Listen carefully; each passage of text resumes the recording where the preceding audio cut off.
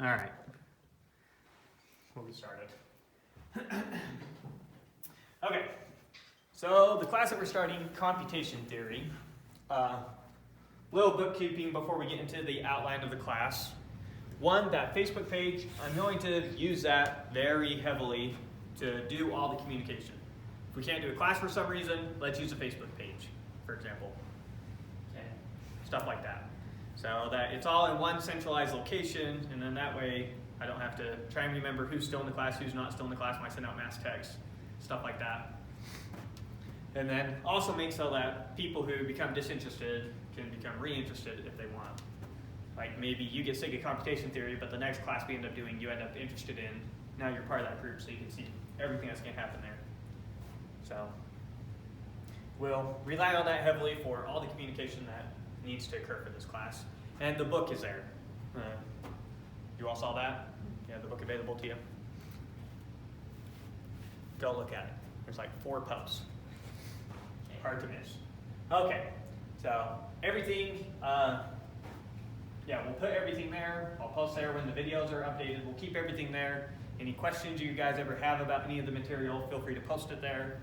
You can always solve problems from the book if you want and post questions there. Say, hey, stuck on this problem, and I'll respond there. And let's keep it very public to everyone in the class so that everyone can see it. That all makes sense? Any objections to Facebook for any reason? Any reason you don't like that idea? Well, I'll just have to remember to get on it and need to check it. Yeah, that's another reason. I want some automatic system because if I bother to create events, then I think it sends out reminders to you guys that, hey, there's class today. So I'll try to make it a convenient thing for you guys to use as much as I can. So we'll start doing that. So that's bookkeeping stuff, and then any questions before we start talking about the actual course? Okay, so for the actual course, the course is computation theory. And we can roughly split this course up into 4 blocks that we'll cover.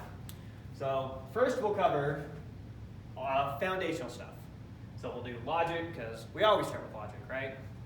And then we'll do set theory, because set theory is what's at the foundation of every mathematical field. Computation, this is a math class. This is a field of math. I know that you're probably used to, for the most part, think about math as just algebra and geometry. That's kind of about thinking about the world as just Centennial Park. Now, there's a lot more things than just Centennial Park. There's a lot of things like Centennial Park out there, but there's a lot of things that are very different as well. So computation theory, this should give you a good taste for some different types of maths. We'll work with some relatively dense abstractions and definitions. And so we're going to need to understand them on a set theoretical level. So we'll do logic, then we'll do set theory. We'll do a little bit of graph theory after that. It's not that you need graph theory for this course. It's just a much simpler model than some of the stuff we'll be talking about. And so it will just be a chance for us to see some mathematical model before we get to finite atomic type. And then we'll do induction. Go over proof by induction, remind you about proof by induction. You need to understand proof by induction. It's one of the most basic ways we prove things in math. We love it when we can do a proof by induction because they're really easy to do. They're just hard to wrap your head around the first time. So we'll go back and talk about proof by induction. So that's kind of like setting the foundations for the course. Then we jump into the actual course material itself. We start out the course material basically talking about the mathematical models that we use for computation. And we're going to start out with the simplest mathematical models that we can talk about for computation, called basically finite state machines. You'll get a notion of what exactly these are. But they're our simplest models for computation. And we'll get really comfortable working with the simplest types of models for computation that we have. The least powerful, the simplest. And that's a lot of what we'll be doing in the second section. We'll do the simplest, and then we'll do one slightly more complicated. And then when we get to an even more complicated one, then we'll get to a Turing machine. Turing machine is the most powerful mathematical model for computation we have. We don't know how to make something more powerful than a Turing machine. We don't know how to create a machine that can solve more problems than what a Turing machine can solve. Okay. So that computer that I have on my desk and the most powerful quantum computer that you can fathom ever existing can both solve the exact same types of problems. That super powerful quantum computer can't magically solve problems that my laptop can. It might solve problems quicker and in less time and more efficiently, but there isn't some problem that some super advanced quantum computer can solve that my little laptop can't. They fundamentally solve the exact same types of problems because they're fundamentally both just Turing machines. And every computer in existence is fundamentally just a Turing machine or something less powerful. We don't know how to make anything more powerful than a Turing machine. So here we'll be working with simpler models of computation, things simpler than a Turing machine, and we'll be looking at the problems that they can solve. Some terminology. When you're in algebra, you think about solutions to problems. In computation theory, you're looking for languages recognized by machines. The solution set to a problem is a lot like the language recognized by a machine. So recognizing languages and solving problems are logically equivalent. Okay? So I might accidentally use that language. I'll try and say solve problems until we get comfortable with languages, but it's hard because when I'm used to this field, it's like there's natural terminology I want to use, which is computer science terminology that you guys aren't used to. It's like trying to remember when you're talking about football, you can't use the word first down because the person you're talking to doesn't know what a first down is yet. It's like, that's hard to do. So I might accidentally do it all the time, but languages is just solutions to problems. That's what language is, roughly speaking. Okay. Why is it called languages? We'll see. But basically, there was a lot of work being done with models of computation and a lot of work being done in languages, as in like studying English, French, different languages. And it turns out a lot of the work being done was logically equivalent. And it was two very different ways of talking about the exact same thing. And so we'll bring those things together in this class and you'll see that exactly. Okay. So here we'll be talking about simpler ones. Here we'll be talking about what Turing machines can and cannot do, what Turing machine is and what it can and cannot do. And since we don't know how to make anything more powerful than a Turing machine, then what a Turing machine can do is what any computer on Earth can do. And more importantly, what a Turing machine can't do is what any computer on Earth can't do. So there's kind of like a hierarchy of problems here. Here's all the problems in existence. Okay. You with me? Here, the ones, regular languages, are kind of the problems that can be solved by our simplest model of computation. And then we'll get us more advanced model of computation, and it will be able to recognize languages that can be generated with context-free grammar. I know you don't know what that means yet, but more complicated problems. Okay. And then we'll get to Turing machines and the problems that they can solve. So everything inside of here are the problems that Turing machines can solve, and then we'll get to problems that Turing machines cannot in general solve, which we call undecidable. So the first part of the class, we're kind of interested in models of computation. The second part of the class, a big part of what we're interested in is this line right here. This line that separates the problems that can be solved by Turing machines versus the problems that can't be solved by the Turing machines. Everything that can be solved by Turing machines we also call decidable, so all those are decidable. Everything outside of that is undecidable. So first part of the class, we're very interested, first part's foundations. Second part, models of computation, just getting comfortable working with the models. Third, we'll be interested in Turing machines and in particularly figuring out which problems can and cannot be solved by computers fundamentally. And then the fourth part of the class, complexity theory, is now when we focus on the problems that can be solved by Turing machines, how hard are they? Here we're interested in the difference between an easy problem and a hard problem. So here a lot of what we're interested in is problems that can and cannot be solved. Here we're interested in which problems are easy to solve and which problems are hard to solve. What makes a problem hard to solve? A problem might be hard because it takes a lot of space. It takes a lot of memory in your computer. If a problem requires tons of memory, the amount of memory it requires, the more memory it requires, the harder the problem is. And another way a problem can be hard with a computer is the amount of time it takes. Maybe it doesn't take a lot of memory, but it takes a lot of time. And so the more time it takes, the harder the problem is. And so that's what we mean by hard in computation theory. A hard problem is one that either takes a lot of space or a lot of time to solve. And so that's kind of high level what we're interested in. Models of computation, problems that can and cannot be solved by computers, and problems that are hard versus not hard by computers, or how hard they are. Gotcha. Try and give you a little bit of intuition for each of these. Right here, hard versus not hard. Imagine that I were to give you some multiplication problem. I said, figure out what 246 times 55 is. And I want you to figure out what the answer is. Well, sorry, before I ask you to solve it, first I give you some answer here. Obviously the wrong answer, I give you some answer here. And I say, now I want you to check my answer and see if my answer is correct. How would you check to see if my answer was correct? Estimate. Before actually solving it. You could solve the first You'd part. solve the problem yourself. Yeah. Yeah. You'd solve the problem yourself, and that's how you would determine whether or not I solved it correctly. Okay. And so solving the problem and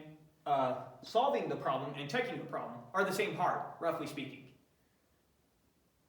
Yeah. Now, say I gave you a Sudoku, which is blank, and I gave Mom a Sudoku, which I completed. Is it faster for you to solve the Sudoku, or for her to check my completed Sudoku and see if I did it right? Checking. Which one's harder? Oh, Solving it. Solving. Solving is much harder than checking a Sudoku. It takes a long time to solve a Sudoku, right? I can give you a hard Sudoku, it might take you 10 minutes to solve it. How long does it take to check a Sudoku? no. Not long at all, Right. right? And so there's these types of problems which are fundamentally harder to solve than they are to check. And then there's these other problems which seem like it's just as hard to solve them as it is to check them. And that's one of the fundamental questions in computer science is it really harder to check a Sudoku than it is to solve a Sudoku? Or is it really harder to solve a Sudoku than it is to check a Sudoku? Or are we just stupid about the way that we solve Sudokus? And we actually don't know the answer to that question yet. And so that's the question in a nutshell. That's what P equals NP is all about. We'll learn about what that means. There's a big question mark here. This is ones like checking a Sudoku we know is over here. Solving a Sudoku we know is over here. And are they really the same hard? Or is it fundamentally harder to solve a Sudoku than it is to check a Sudoku? And we don't know the answer to that. But so a question like that, we're interested in this part. How hard are problems to solve? Okay. Up here, we're interested in what problems can and cannot be solved. Some of you might have already heard about the halting problem. The halting problem is a problem up here. It's a problem that we've proven cannot be solved by a computer. In a nutshell, what does a halting problem say? It says, if you perfectly know the state of a system, and you perfectly know how the system is changing, you cannot, in general, know the future state of a system. Which is very disturbing and very unintuitive. Yeah. But that's what it says. Halting problem for the computer, we'll prove that one specifically, it's a very useful one. But if you perfectly know the state of some system, and you perfectly know how it's changing, you cannot perfectly determine its future state.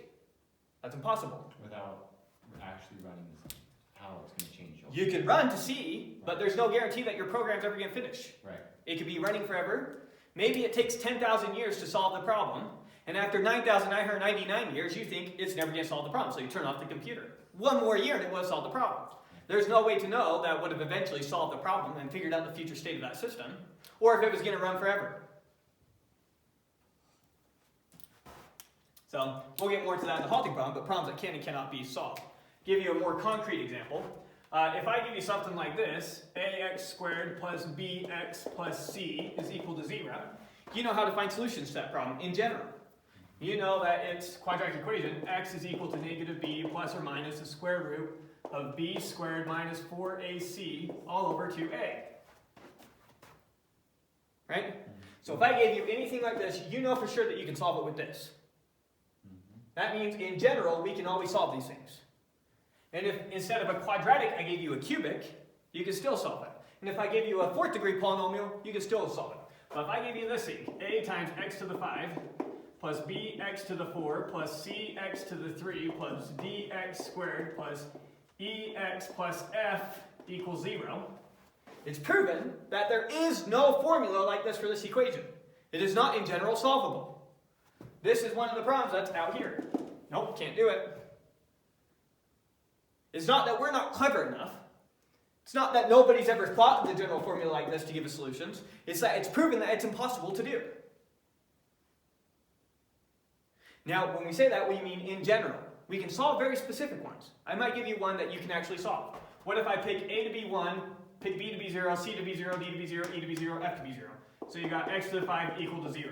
What x satisfies that? 0. So we don't say that we can't solve any of these.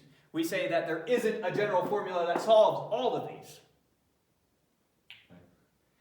Similarly, we're not saying that it's impossible with the halting problem to know the future state of some system. We're saying it's impossible to, in general, know the future state of systems. That make sense? The distinction there? Yeah. So there's no formula like this for this. I might give you a special case that you happen to be able to solve. So that's solvable. That's what we're interested in here. And then here, harder to get intuition for because we just got to do it. So that's what this class is going to be like from a high level. Any high level questions before we start with logic? Yeah. How much graph theory do we need to know? Because I We don't need any graph theory. The only reason this is here, we could get rid of this. The only reason this is here is because a graph is a really simple mathematical model to work with. So how much? Kind of like a sample space when we were doing probability and statistics. Right. So the whole point here is, before I introduce you to DFA, a deterministic finite automata, I want to introduce you to something simpler first. It's kind of like a baby step. Because the definition for this thing gets pretty big. So we're not going to get super into detail. Now, we'll do one proof here. I just want you to get comfortable working with a graph. Some other mathematical model before we move up to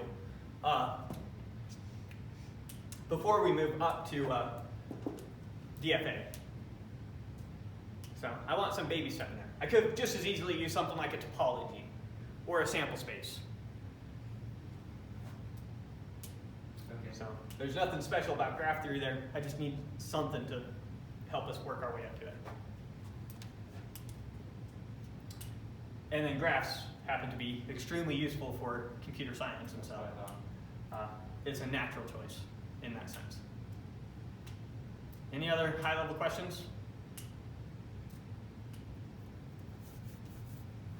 So we're ready to jump into the logic. Have I taught all of you logic before? Multiple times. You multiple times? All of us multiple times. All of you? I don't know about one. You did philosophy. Oh, philosophy, that's right. And with Aristotle, you also got a good amount of this. Yeah. So we'll see how well this goes. I don't know if we can fly through it or if we need to slow down and take time with it. That's also another point worth mentioning here. We're not on any time schedule. We have to be done by this date. So we can slow up and take as much time for any concept as we need. Don't let me move past this thing.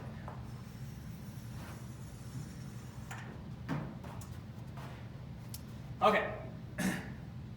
So, in logic, we're going to be talking about propositional and first order predicate logic, same thing we always talk about. And so we'll start out with propositional logic. And in starting out with propositional logic, the first thing we have to talk about is a proposition. What is a proposition? A proposition is a variable whose value is either true or false, but not both. Something that's either true or false, can't be both, can't be neither. Has to be one or the other. Common way that we think about propositions is kind of like doing math where you only have two numbers. You only have true and false, and that's it. Those are your only two numbers. Good? Okay. So, two more terms are useful. A proposition which is always true is called a, we remember? Tautology. And a proposition which is always false we call a contradiction. You just reading it off the board, Yeah. not remembering. Well, I remember Totally tautology. not just reading it. All right. Tautology, something that's always true. Contradiction, something that's always false. Okay. Sorry. Proposition, that's always true. And proposition, that's always false. It only makes sense to call a proposition a tautology. I can't say the sky is and call that true or false. Because the sky isn't a proposition.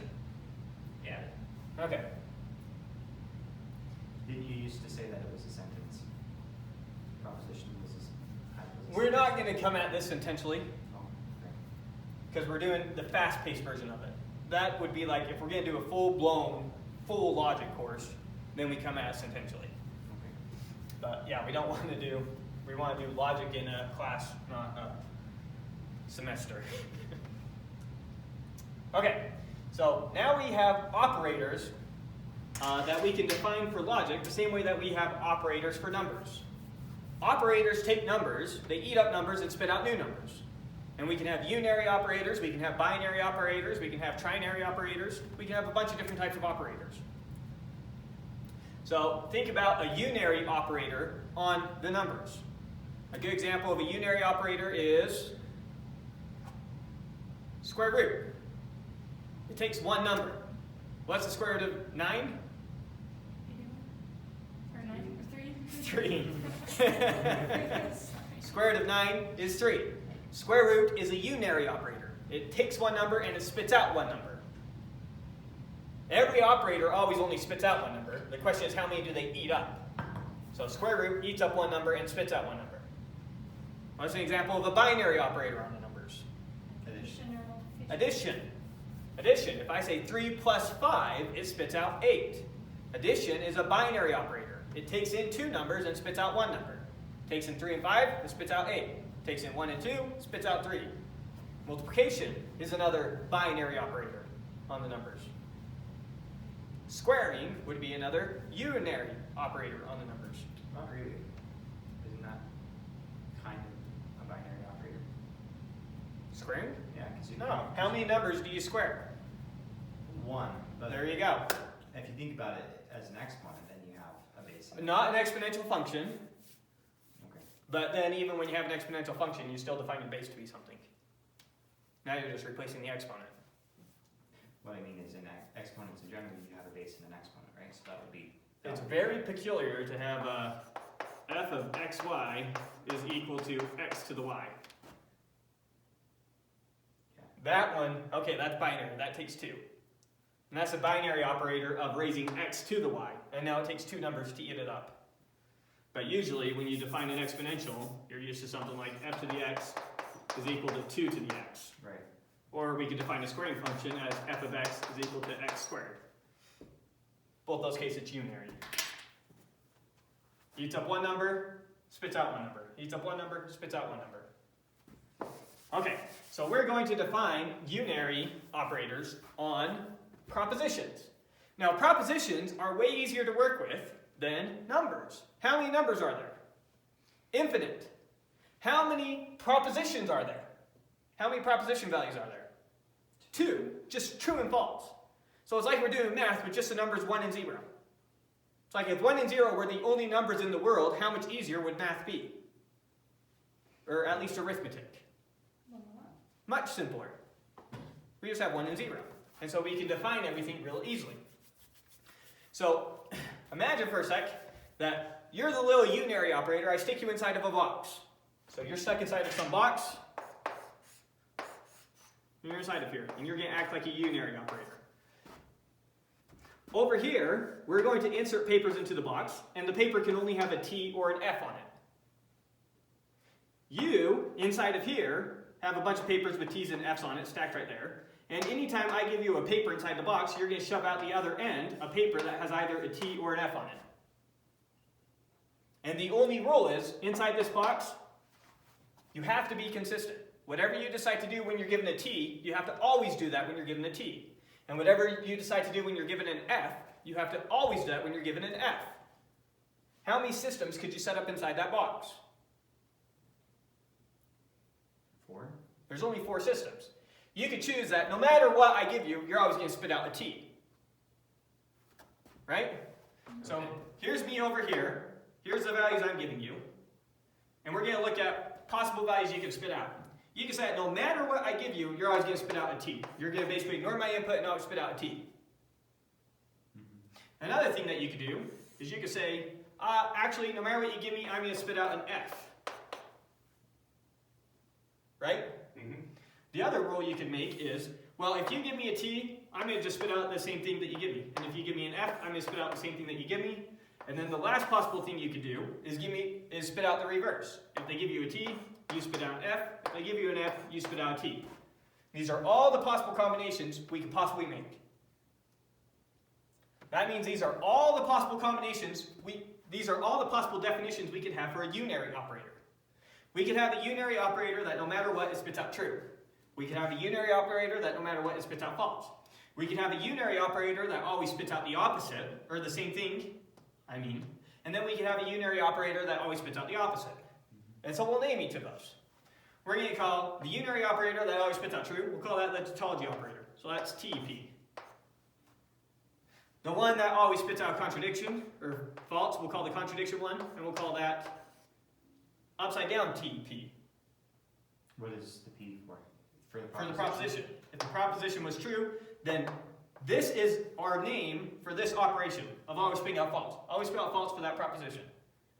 So if you were, just to get this right in my head, if you were using this in notation, when you're actually writing like a yeah, so if we take our tautology operator and we pass in a true, right, then that spits out true. okay, that's If what we take our tautology operator and we pass in a false, that spits out a true. right. Similarly, our contradiction operator, no matter what you put in, will always spit out false. The one that spits out the same, we'll call that the identity operator. We'll call that IDP. And then finally, the one that spits out the opposite, we'll call that the not operator. And we'll give that this fancy line over with point down, P. So you can see it clear back there, like that, but small. Not P.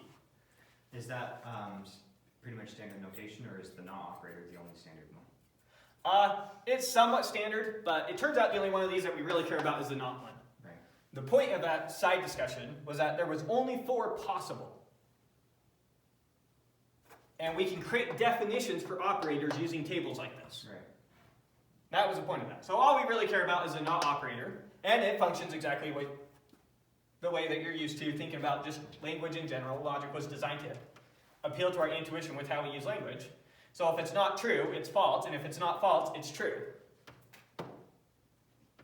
Right? Okay, so there we go. Those are all the possible unary operators we could have on propositions. Good? Mm-hmm. So now, what about binary operators? Binary operators, notice that they could take in 2 values and then spit out a value. So now you're inside this box, and I'm going to give you 2 letters into you, and you have to spit out an F or a T, however you want. Doesn't matter. Okay.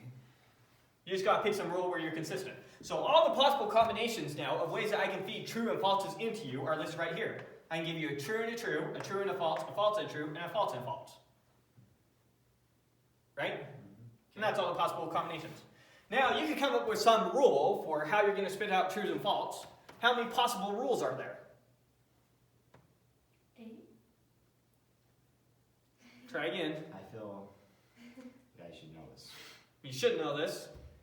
And there's not that hard of a way to logic your way through it with a counting problem. Well, you have 6 right there, but I don't know why you have 6. If you think about it as a counting problem, there's 4 letters, and we have 2 options for each. Oh. You said, oh, and then 16. 16! You have 2 options for the first, 2 options for the second, 2 options for the third, 2 options for the fourth. Right. Okay, 2 times 2 times 2. And it's the number of possible columns we can make in this table that are unique columns, right? Right. For this first row, how many options do I have? How many options do I have for what I decide to do when I see true, true? You have 2 options. I have 2 options. Do I spell out true or false?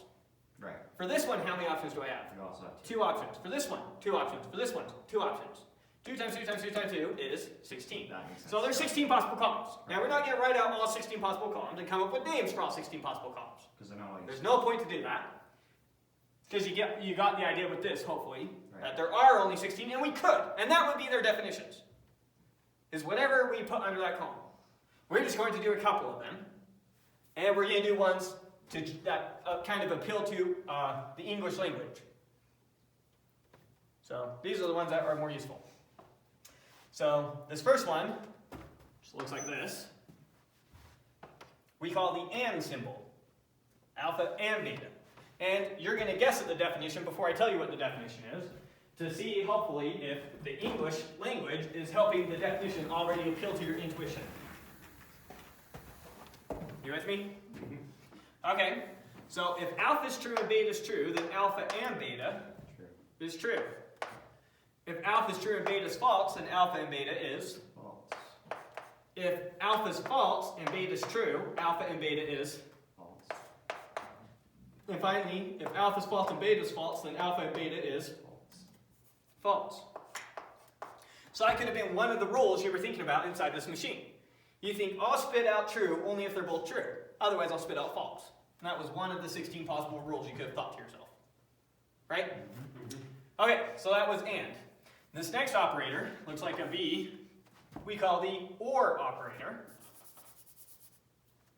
And we have to be a little bit careful with this one because we use OR two different ways in the English language.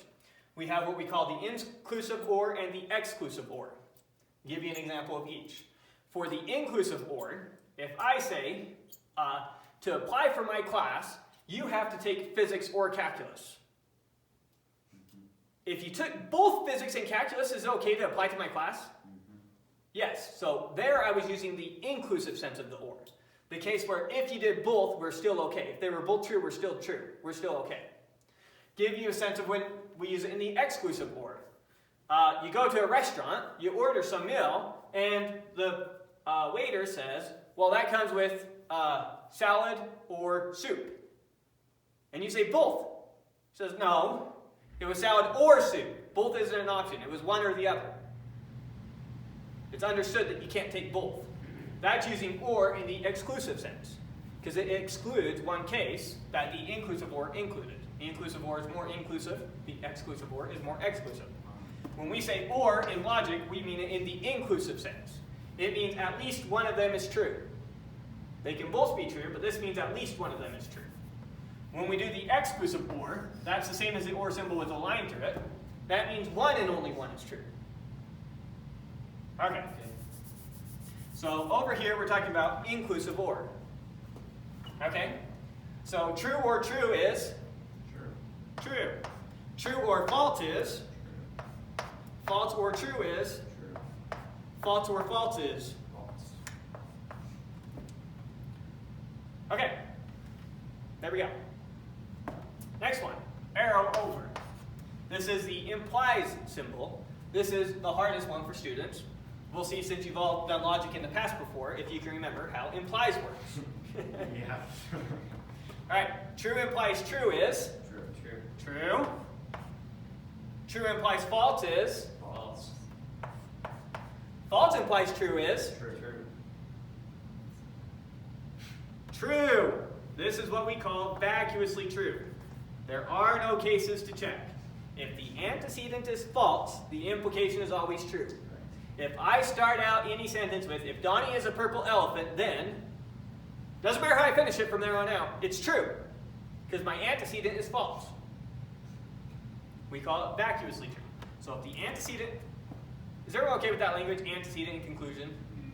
I'm not sure if we just use that in philosophy or if that's common. Okay. So if the antecedent is false, the conclusion is always true. We call it vacuously true. Okay, now false implies false is true. Now you might be tempted to say, well, in English when we say implies, that's not always exactly what we mean. And maybe you're right, maybe you're wrong, I don't care about English. What it really comes down to is this is the exact definition. And now we're picking the English word which best accompanies that definition. Okay. So it's nice when your intuition in the English language lines up with logic, but that is just a nice thing to have. It's not a requirement. Logic does not have to conform to English. Logic is logic. So this is in fact its exact definition. And then it just happens that the way that we use the word implies in English math textbooks is this. And that's what we mean by implies in English textbooks. We should be using this to define what we mean by implies in textbooks. We should not be trying to figure out what we mean by implies in English language and force that to be this. That's backwards thinking. The same thing as only if, right? We'll get to that. Okay. We'll attach other ways of saying it in a second, because that one gets confusing. Yes, it does. Okay, our next operator here is the logically equivalent operator. So when you're inside the box, you say, I'm going to spit out true if the two things you hand me are the same. I'm going to spit out false if they're different. So are true and true logically equivalent? Yes. Yes. Are true and false logically equivalent? No. No. Are false and true logically equivalent? No. Are false and false logically equivalent? Yes. Yes. So that one was If they're the same, spit out true. If they're different, spit out false. That one make sense? Yes. And that's our logically equivalent operator because they have the same logical value. Okay. This one here now we call the exclusive OR. Good to just jump on it? Yep. So true XOR true is false. True XOR false is True. false XOR true is, True. and false XOR false is. False. And the reason I say XOR is because those of you who end up programming, when you write out this operator, it's typically XOR like that. That's how you talk about this one, and you just write OR when you're talking about this one. So everyone says it XOR, or at least everyone in computer science. I don't know if if you study this in philosophy, what they say. And then finally, this operator, it's the AND operator with a vertical line, and we call it the NAND operator, Oh, yeah. spelled N-A-N-D, supposed to be short for not and. You with me? Mhm. All right, so true NAND true is False. false. Because true and true is true, then true NAND true is false. So, making sure I have this right, it's basically saying Not and. alpha, not and beta. So it's the not of beta. No, sorry. Here's what it's logically equivalent to. Oh, okay. Okay. got it. Not and. There we go. That's what- Not alpha and beta. Okay. Didn't we study at one point that you could distribute the not across that? Yes. And does that produce the same column as NAND? Yes. How do you distribute that again? We'll do Is it. that alpha and not beta? We'll distribute. Let's focus on definitions for a second, Okay. and then we'll get to theorems. Okay. So true NAND false is True. true. Remember, true and false is false. So true NAND false is true. Yes. False NAND true is True. true. And false NAND false is True. true. And this is just a negation of this column. This one was true, false, false, false. This one's false, true, true, true. Yep. This is alpha and beta. This is alpha NAND beta. Now, I just told you not alpha and beta was how we think about this, but that's just how we think about it. Here's its definition. What's its definition? It's this. It's not this. This happens to be logically equivalent to this. Well, then it's the same definition. No. Here's its definition. It happens to be logically equivalent to that thing. If they're logically equivalent, then can't you use them interchangeably? Yes. So the definition is the same. If you were to do, Okay. if you were to do a truth table for that, it'd be You could the same. define this to be that. That's perfectly fine. Yes. I mean, they have the same truth table. Yes.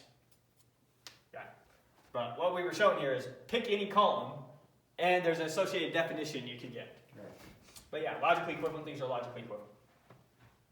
Okay, so there's some basic operators. Once again, the only ones that we care about are and, or, implies, and logically equivalent. These other two were just to give you two more that you probably haven't seen very much. Well, and they're useful in special cases, right? Yeah, I mean, all of them are useful in special cases. Useful is kind of like a high-level word. It doesn't show up a lot in textbooks. That's what we mean by useful. And so those two hardly ever show up in textbooks. Kind of. This one, NAND, actually shows up a lot in specific types of text. One's specifically for computers, because it has a nice property that we'll talk about here in a sec. But before we talk about its nice property, let's do some theorems now. So what is a theorem in math? In logic and in math, same thing. It's basically a tautology, right? Right, it's a proposition that's a tautology. If we demonstrate that something is always true, we call it a theorem. Take some proposition, demonstrate that's always true, we call a theorem. Okay. You with me? Mm-hmm. Now, always and forever, our theorems can be represented as implications. And so a theorem will often be called a tautological implication. An implication, that's a tautology, is a theorem. They can always be worded as if-then statements. Okay, so we're going to prove some theorems. Now, it's going to seem like that we're not using if-then statements. We'll come back to that and show you that we are using if-then statements, even though it's not obvious from what we're proving here. Okay. So maybe I shouldn't have said that. Okay, so let's do a theorem. Let's prove that this statement right here is a tautology. Let's prove that this statement is always true. What does this statement say? It says alpha implies beta is logically equivalent to not beta implies not alpha. Okay. In English, we call this the contrapositive of this. Let's get some English really quick to help appeal to our intuition. If I'm wearing shoes, then I'm wearing socks is logically equivalent to if I'm not wearing socks, then I'm not wearing shoes. Contrapositive. Okay, so let's fill out this table really quick and prove that this is in fact true. And the way that we prove these things, we're just going to write out this column and show that it's always true. And we'll just break up into pieces and take it one piece at a time. So let's first find out what alpha implies beta is. So notice that there's only two variables that show up in this whole expression. When you do truth tables, it's common the case that you put all your variables to the left-hand side and then a double line to separate them from basically your work from here on out. Here's where you're doing all your algebra for logic, and here's where we're doing our, here's where we list out our actual variables. So true implies true is true. True implies false is false. False implies true is true.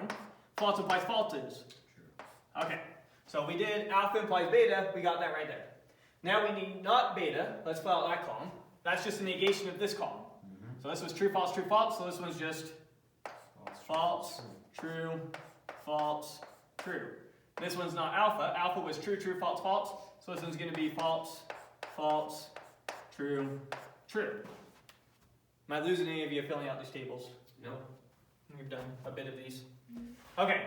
So now we're looking at not beta implies not alpha. I'm looking at this implies this. So false implies false is true. True implies false is false. False implies true is true. And true implies true is true. Wonderful. Okay, so now pretend that this is written over here between these double quotes. Okay. Alright, so we're saying is this logically equivalent to this? Does this have the same value as this? So notice this is this column right here. This is this column right here. Is true logically equivalent to true? Yes. Yes. Is false logically equivalent to false? Yes. Is true logically equivalent to true? Is true logically equivalent to true? Okay, so then this expression that we just wrote right here happens to be a tautology. Right. No matter what you plug in for alpha and beta, if you evaluate all that, do all the algebra, you end up with a true. Okay. Because we just barely showed what you get for everything in every case. Because we only have two possible values, true and false. That's why these systems are so nice to work with as compared with numbers. Having only two options makes it real simple. Okay, so let's do our next theorem now. Our next theorem is to show that not alpha and beta is logically equivalent to not alpha or not beta. Let's do the English on this really quick and try and make it appeal to your intuition. Let's say it is not the case that you own a house and a car. Alpha is you own a house, beta is you own a car. We're saying it's not the case that you own a house and a car.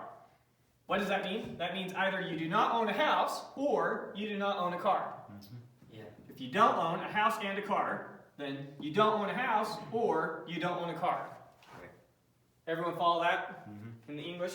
Okay, so that's what we're proving is always the case on this table, this next term. So fill out our negations really quick. Should have just said this ahead of time. Now you guys pretty much get it. So not alpha, so this is going to be false, false, don't let me make a mistake, true, true. This one's going to be false, true, false, true. Okay, alpha and beta, that's going to be true, false, true, false. No. Okay, just making sure someone's paying attention. Alright, So now we're saying not alpha and beta. So this is the negation of this column right here. This is alpha and beta, so not alpha and beta is right here. Right. We don't need to think all the way back to plugging these into that expression. We can just look at this. So if alpha and beta is true, then not alpha and beta is false, and then true, true, true. And then finally, we're looking at not alpha or not beta. We're ORing these two columns together. So false or false is False. false.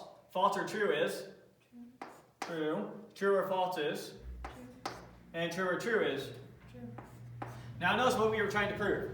We were trying to prove that this column right here is logically equivalent to this column right here. Do they always give the same values? Yep. Yeah. So we're not going to bother writing this in its own column. Just write it as a column full of truths. We never actually write that one. Up here I wrote it out for you to see it explicitly. We'll never do that again. Our truth tables, we don't bother with the last column, which is all truths, because hopefully you can just see, yep, those always give the same value.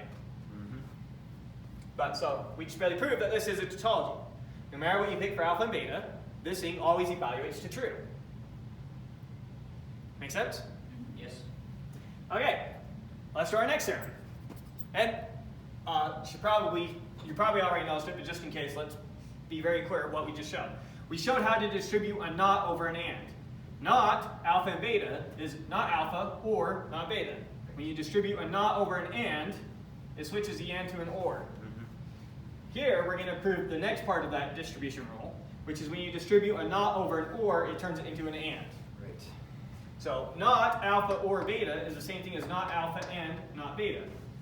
If you do not own a house or a car, then you do not own a house and you do not own a car. Okay, so let's spell that one. Alpha and beta, here's all our possible combinations. I already wrote in not alpha, not beta. I think you guys are pretty good with that. So here we're ORing together alpha and beta. So true or true is? True. True. True or false is? False or true? False or false? Okay, so now here we're writing the negation of alpha or beta, so we're just negating this column. So it's just going to be false, false, false, true, right? And then here we're ANDing together, not alpha and not beta. So we're ANDing these two together. So false and false is, False. false and true is, False. true and false is, False. true and true is, and hopefully you see that these two columns are identical, therefore they're logically equivalent, therefore this statement we wrote up here is a tautology. And so it's proven to be a theorem. Theorem is a proposition which is a tautology. It's a proposition that's always true. All right.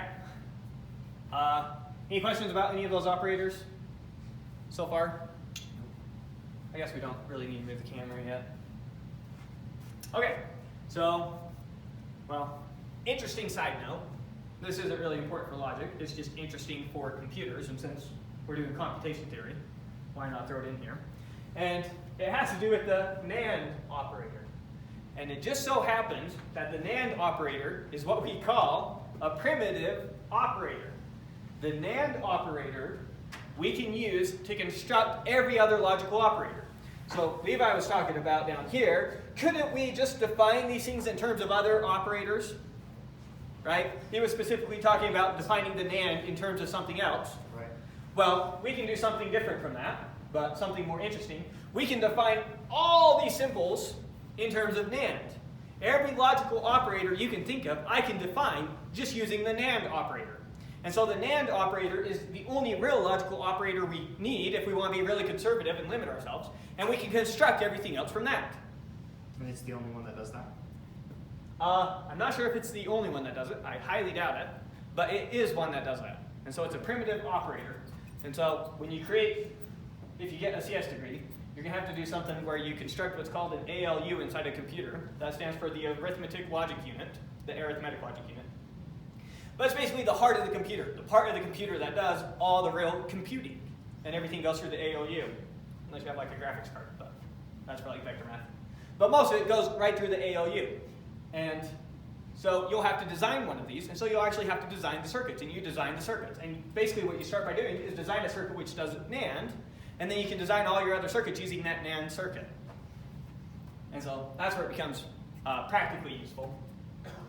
Anyways, so let's see how we can do this. So we already talked about the unary not operator on something, right? If alpha is true, not alpha is False.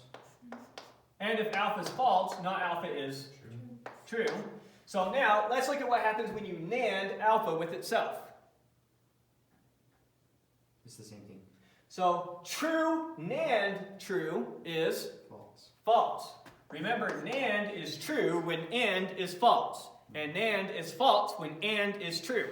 If you can't hear what I'm saying, those of you who came late, and NAND. We're talking about NAND and AND. NAND is the negation of AND. Right. If AND is true, NAND is false. Okay. Give you an example. Get my marker since we got a young buck.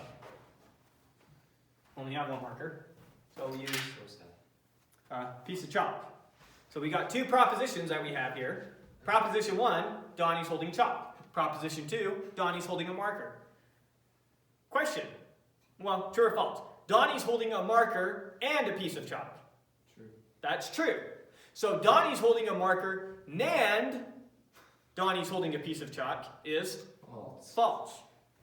So NAND is false when AND is true, and NAND is true when AND is false. Right. Follow that? So true NAND true is False. false. Since true and true is true, then true NAND true is false. Similarly, false and false is True. false and false. It's false. So let's make both the propositions false. Donnie's holding a marker and Donnie's holding a piece of chalk. Is that true? No. No, that's not true. Not holding anything. Okay, so then the statement, Donnie's holding a marker, NAND, Donnie's holding a piece of chalk, is True. true. Basically not and. Isn't Yes. that what NAND stand for? NAND, not AND. It's the negation of AND. So here's Or redstone torch is what I like. here's NAND. We have it right there. Here's not and here's NAND. And they both false, true, true, true. False, true, true, true. For the same combinations. So yeah, they're logically equivalent. Not and is how we think about NAND. But if we were to start with just this as our definition for NAND, now we can define every other operator in terms of just this one definition. So in a computer, is that actually how the other operators We're talking about the circuits, not the programming. So When it comes to actually designing the circuits that you send signals down. that's what I mean. In the Okay. actual circuits of every computer, is that how they're constructed? Or is that just no. in the one case? No, they could be constructed that way. Right. But you can be clever and save on basically circuitry if you come up with tricks. Right. So we're only interested in the fact that they could all, in theory, be designed that way. In practice, Not practical. it's an engineering problem to limit the materials and so to be tricky and clever. Right. But yeah, so when you do it for academic purposes, you can just use a NAND and not worry about limiting yourself and create a functional ALU. Anyways, so false NAND false is true. So that gave us the same thing as not. So here's not. We just reconstructed not using NAND. That was possible. All right, let's pick a more interesting one. What if we want to construct AND? How do I construct alpha and beta from NAND? Well, here it is. Okay. That's And let's prove it by just doing this one. okay. All right? So true NAND true is False. false. True and true is true. So true NAND true is false. True NAND false is True. true. False NAND true is True. true. False NAND false is true. Right? Yep. True I said it wrong. But you looked at the right row. I think I said it wrong. I can't remember what I said. False NAND false is true. False and false is false, so false NAND false is true. You with me? Okay, so now notice what this is doing. it's NANDing this with itself. So we're going to take this and NAND it with this. So you're just undoing it. So. Not undoing it. Well, you're double negating it. We're running NAND through a NOT. So to NOT it, you NAND something with itself. So Yeah. here we, yeah. But, I don't know. Careful what I say, because I might accidentally say something not right, and then just confuse you. Right. So here's what it is. Anyways, let's fill this out. So false NAND false is true. False and false is false. So false NAND false. And then true NAND true is False. true NAND true is true NAND true is. Okay, so now let's look at good old-fashioned AND. So we're ANDing together alpha and beta. True and true is true, right? Mm-hmm. True and false is false and true is false and false is false. Yeah. Yeah. Right? Don't fall for my tricks. Follow your brain. Okay. And you'll notice that they're logically equivalent. Mm-hmm. For the same input, they spit out the exact same output. So they're logically equivalent. So we can construct AND from NAND. Now you might be thinking, well, yeah, AND from NAND, that seems pretty obvious, but what about something like OR? Surely you can't do OR. Sure we can. And here's OR. So Okay. let's write this one out and prove to you that it's OR. I don't know why I didn't fill out this column. Alpha and beta, all our possible combinations are we can have true, true, we can have true, false, we can have false, true, we can have false, false. Right? Mm-hmm. Okay. So right here we're NANDing alpha with itself. True NAND true is False. true NAND true is false NAND false is false NAND false is. Okay. Now we're gonna NAND beta with itself. Right? Mm-hmm. Notice that when you NAND something with itself, it's the same as negating it. Yes. So it's the same as negating. So true NAND true is false, true, false, true. I think you guys got it now, right? Okay, here's a more interesting one. We're NANDing these two together. Mm-hmm. Right. Okay? So false NAND false is true. False NAND true is true. True NAND false is and false NAND false is The other way around. true NAND true is false. Right? Yep. It's one of the most useful things about recording my lectures. When I go back and watch them, I realize how many times I just screw up my language. I say the wrong thing so often. Okay, so now let's do good old-fashioned OR. True or true is? True or false is? False or true is? False or false is? And they're logically equivalent. There we go. We constructed the OR. Very good. And now I'll assume that you're going to take my word for it, that we could do all of them that we wanted to. Well, that's basically all. I did a couple of Besides them. implies. But remember that implies you can generate with, you might remember it's not alpha or beta. So Yeah. it's a not and an or already, so you can see how to do it. You remember that this is alpha implies beta and beta implies alpha. We already know how to do the implies, we know how to do that. Yeah. Yeah. So if you're already familiar with logic, you can see how everything's coming together. Those of you less familiar with logic, that's okay if you don't see how everything comes together. The next time I teach you logic, you'll see how it all comes together. They've taken logic a few more times than some of you. Okay, so that was just an interesting side note. And to give you practice with these truth tables and these operations. Right? Yep. So now let's go back to a useful theorem. So when we say that alpha is logically equivalent to beta, we're going to show that saying the exact same thing as alpha implies beta and beta implies alpha. Alpha is logically equivalent to beta means the same thing as alpha implies beta and beta implies alpha. And in math, this is the way that we always think about this thing. And so I told you before that all mathematical theorems are really implications in some way. So logically equivalent is just two implications in one go. And so that's why all our logical equivalence things here, we're really just using implications. And so you can think about a theorem as just showing that an implication is a tautology. It's showing that an implication is always true. Almost every theorem you can think of off the top of your head is stated in an if-then form. What's the Pythagorean theorem? If you have a right triangle, then the square of the legs of the triangle is equal to the square of the hypotenuse. It's stated in an if-then statement, which is an implication. If A, then B is an implication. Okay, so let's prove this one out really quick. All right, so alpha implies beta. True implies true is. True implies false is. False.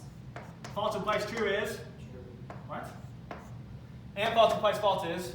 True. Okay, other way around. We're doing beta implies alpha. True implies true is. True. False implies true is. True. True. What? True. True.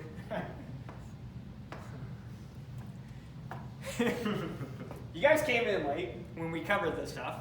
I thought we started at 8. That's what you communicated. That's what's Oh. on Facebook. Did it? Is a- I thought it Did was I 7. put 8? Yeah. Shoot. What time would you like us to be here? 7. The class starts at 7. That's what I put on there. We started an hour ago? Yes. Jeez.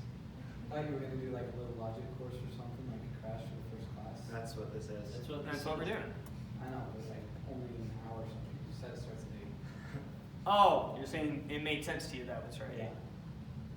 I can't believe that. Wow, what a terrible typo.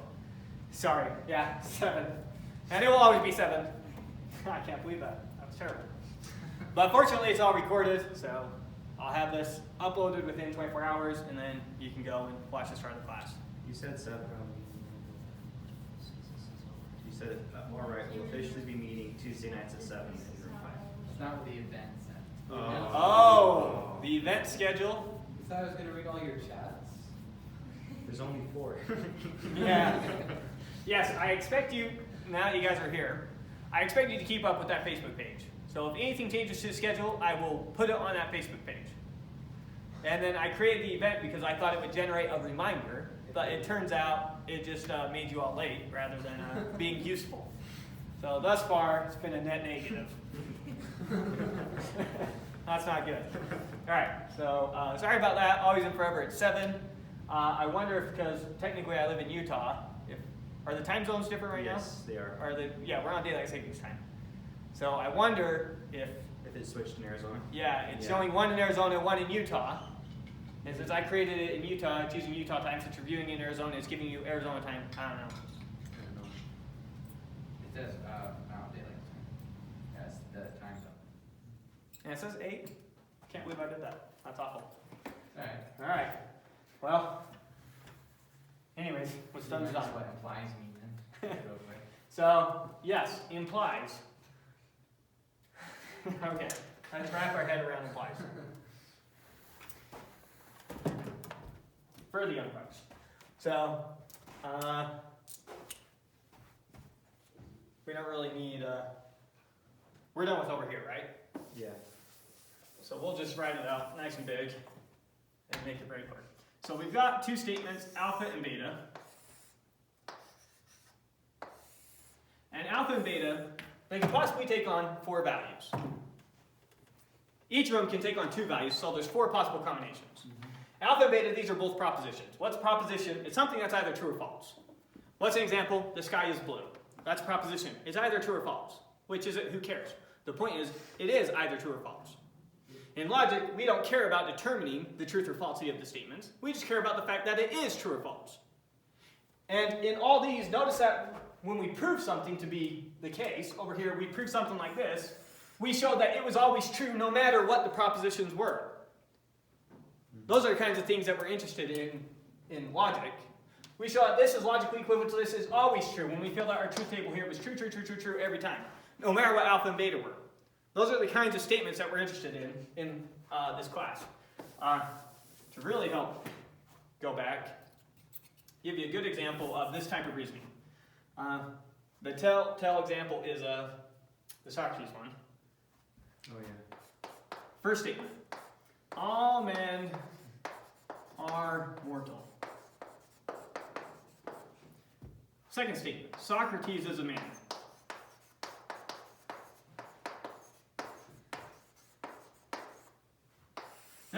what can you conclude? Socrates is mortal. Right? If you know all men are mortal, and if you know Socrates is a man, then you know Socrates is mortal.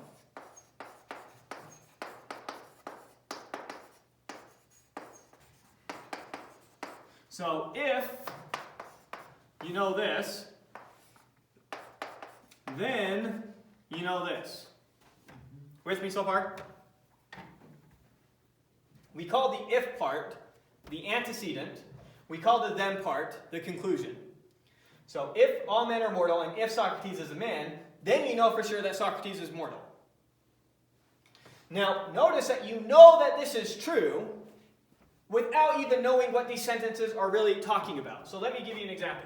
Rather than saying, I can say that all men are C, something, some random word. Let's just pick a random word for now. Foo. All men are foo. What does foo mean? Anything. Anything. We don't know.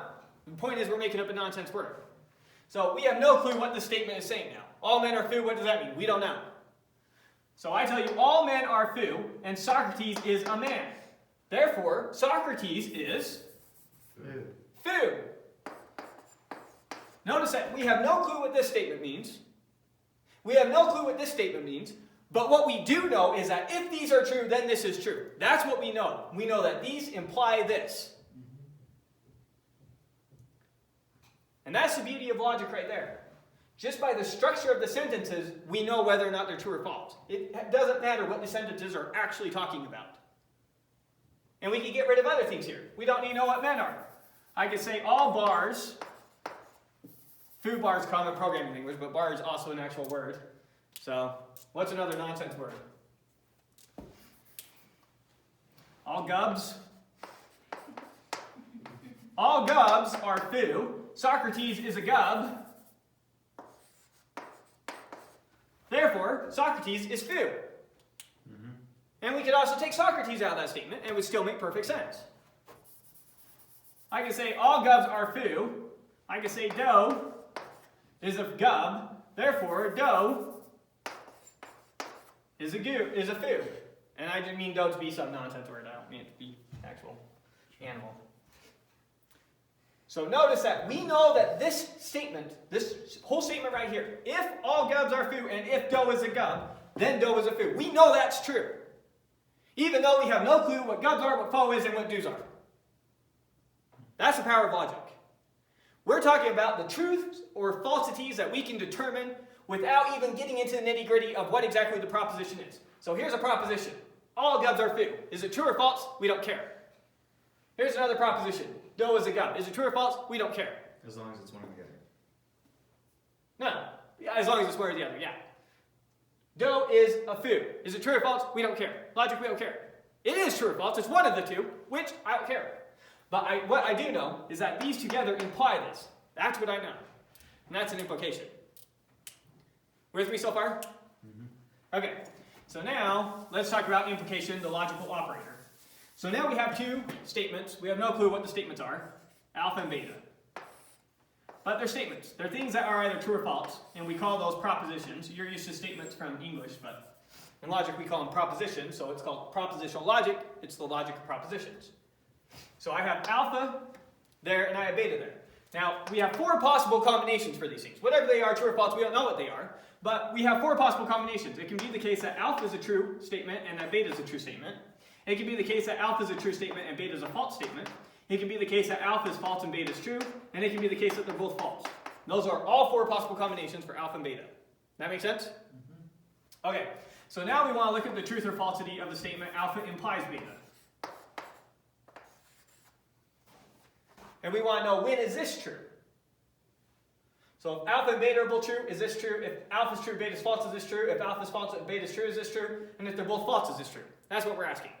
And we typically phrase these, when we convert it to English, we typically read these as if alpha, then beta. You with me? Now I'm going to try and make this appeal to your intuition. The definition of implies is given right here. That's its exact definition. But it's kind of a weird definition, so let's try and connect it with your intuition first. And then we'll fill it in as we go. So I'll make alpha is Donnie's holding a marker, and beta is Donnie's holding a piece of chalk. And I'm going to set these four possible combinations. Here's the first combination where we make them both true. On this one, I make the first statement true and the second statement false. I'm holding a marker, and I'm holding a chalk as false. I'm holding a marker as true. This combination looks like this. I'm holding a marker as false. I'm holding a piece of chalk as true. This combination looks like this. I'm holding a marker as false. I'm holding a chalk as false. You with me? You see how these are talking about 4 different scenarios? And those are the only 4 scenarios. Okay, so now let's read each of them as an English statement and see if you can determine whether or not it's true or false. So set up this case. I'm holding a marker, make that true. I'm holding chalk, make that true. So we set up the case. Here's the case. Now here's the statement. If Donnie's holding a marker, then Donnie's holding a piece of chalk. Is that true? Yes. Yes. Next. Set up this case. If Donnie's holding a marker, then he's holding a piece of chalk. I don't understand. False. Huh? Okay, never mind. Just keep going. If I'm holding a marker, am I holding a piece of chalk? No. So that one's false. Next one. And here's where we get to the weird one. If Donnie's holding a marker, then he's holding a piece of chalk. Is it true that if I'm holding a marker, holding a piece of chalk? That seems weird. So let's come at it a different way. Is it false? If I'm holding a marker, then I'm holding a piece of chalk. Is it false? No, it's not false, then it's true. Propositions that are true are not false, and propositions that are not false are true. If it's not false, it has to be true. It's a proposition, so it's either true or false. If it's not false, it has to be true. And that's a weird one, and we call that vacuously true. When the antecedent is false, when the if part is false, we call the statement vacuously true. Now, finally, the last case. If I'm holding a marker, then I'm holding a piece of chalk. Is it false? Yeah, it's true. It's not false, so it has to be true. So that was me trying to connect it to your intuition. But here's, in fact, the exact definition of this operator. So anytime the antecedent, the left-hand thing is false, anytime we had a false over here, then the whole thing was true, and we call that vacuously true. Give you an example of that in English once again. I say, if I'm 20 feet tall, then you're Genghis Khan. Is that true? Yes. Yes, it's vacuously true, because I'm not 20 feet tall. The statement, Donnie's 20 feet tall, is false. That's so difficult to understand. Right, it's very unintuitive. It does not appeal to our intuition very well. This is why implies is the weirdest of these operators. And it's pretty straightforward, or it's pretty straightforward, not it's pretty straightforward. It implies, which always gives us a tough time. I just don't understand how that's useful. Every theorem in math is an implication. Yeah. We take some implication and we demonstrate that it's a tautology. The Pythagorean theorem is an if-then statement. Every theorem in mathematics is an if-then statement.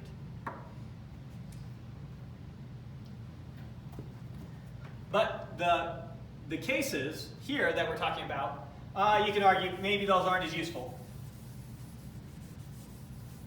as the first 2 cases. But that is its exact definition. And we use implies left and right. It's the most used operator in all of logic. Probably. I don't know. Hard to count. But it's used a lot. So yeah, that last truth too. So we were down here. Okay. So now we erase those. Let's do these once again to make sure you can remember, even without your pictures to help you. And let's erase that. No picture to help. And see if you can remember. Newcomers only. All right. So we set up the case true, true. We're looking at alpha implies beta. So true implies true is true. True implies false is false. False implies true is true.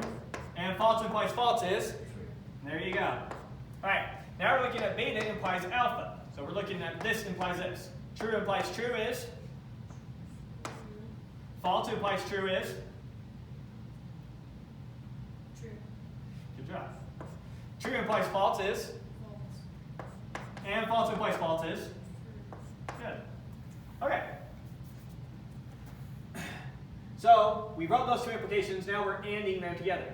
So we're anding this with this. True and this is back to and. No and. Easy world now. Just regular and. True and true is. True. true. False and true is? True and false is? And then true and true is? Good? Okay, so I filled out this column. Now we're going to come back and fill this column out. This is the logical equivalence operator. It means alpha and beta have the same value. So looking at this column, or looking at this row, is true the same as true? Yes. So alpha and beta do have the same value. Is true the same as false? No. So alpha and beta do not have the same value. Is false the same as true? So alpha and beta do not have the same value. Is false the same as false? So alpha and beta do have the same value. So notice that this column and this column always have the same value. So now look at this whole statement. This whole statement says this is always the same value as this. This is this column right here. This is this column right here. Notice that they always have the same value. So if I wrote this out in one more column right here, it'd be massive, but we could write it out in one column right there. It would always be true, true, true, true, true, because they always have the same value. And so this statement right here is always true. Pick any two random propositions in the world you want.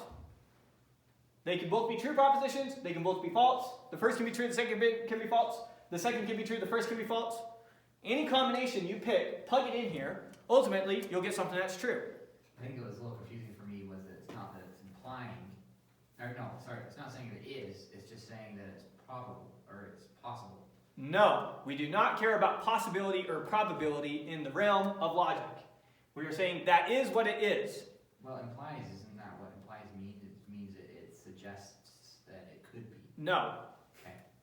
So I'm not. The Pythagorean theorem does not say if you have a right triangle, then it could be the case that the sum of the squares of the legs is the sum of the square of the hypotenuse.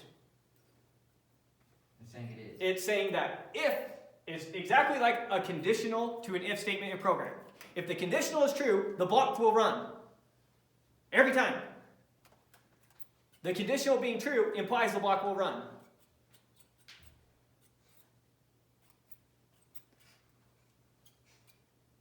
It's not, it will probably run. So is it definite? The result. It's the same as and. The same way that alpha and beta always and forever means that they're both true. Alpha implies beta always and forever means either your antecedent was true or your conclusion was false. Or your antecedent was false or your conclusion was true. That's what it means.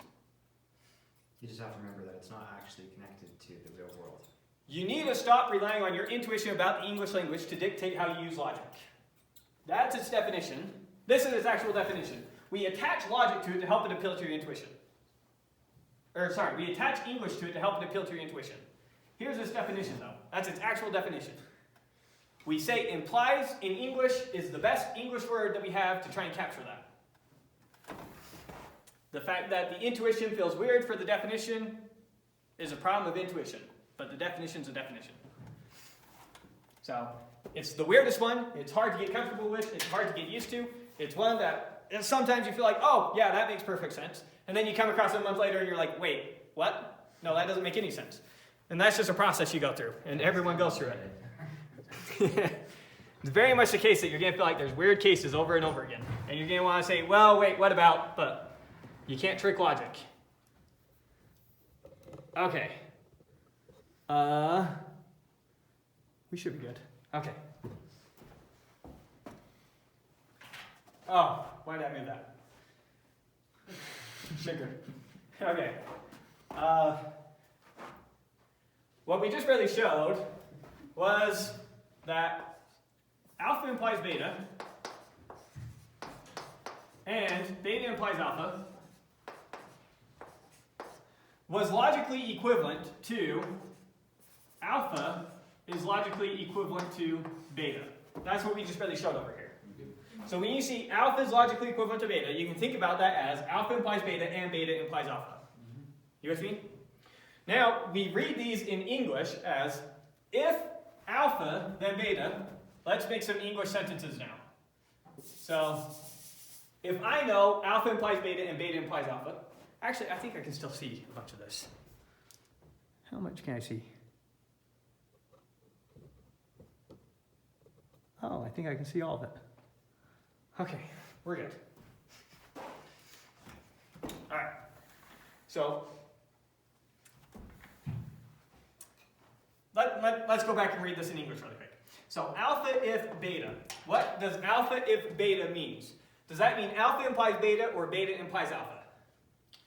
Let's make sense of this with some sentences. So if I say, Donnie's wearing shoes if Donnie's wearing socks, does that mean if I'm wearing socks and I'm wearing shoes, or if I'm wearing shoes and I'm wearing socks? Let's think about the statement. Donnie's wearing socks if Donnie's wearing shoes. What does that mean? If you're wearing shoes, you are wearing socks. It means if I'm wearing shoes, then I'm wearing socks. It means beta implies alpha. Okay. Does that make sense? So alpha if beta means beta implies alpha. So notice that alpha if beta is the same as beta implies alpha. That's the same as this box right here. Beta implies alpha is alpha if beta. This means if beta is true, then alpha is true. Everyone good with that? It's important to get this English down because it comes up a lot in books. Okay, now let's think about alpha only if beta. Is that saying alpha implies beta or beta implies alpha?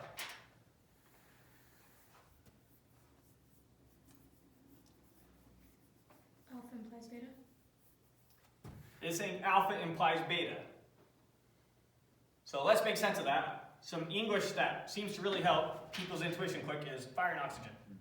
There's fire only if there's oxygen. Is that statement true? There's fire only if there's oxygen. What does that mean? That means there being fire implies there's oxygen. It means if there's fire, then there's oxygen. It does not mean if there's oxygen, then there's fire. There's oxygen right here. There's no fire. You with me? So alpha only if beta means alpha implies beta.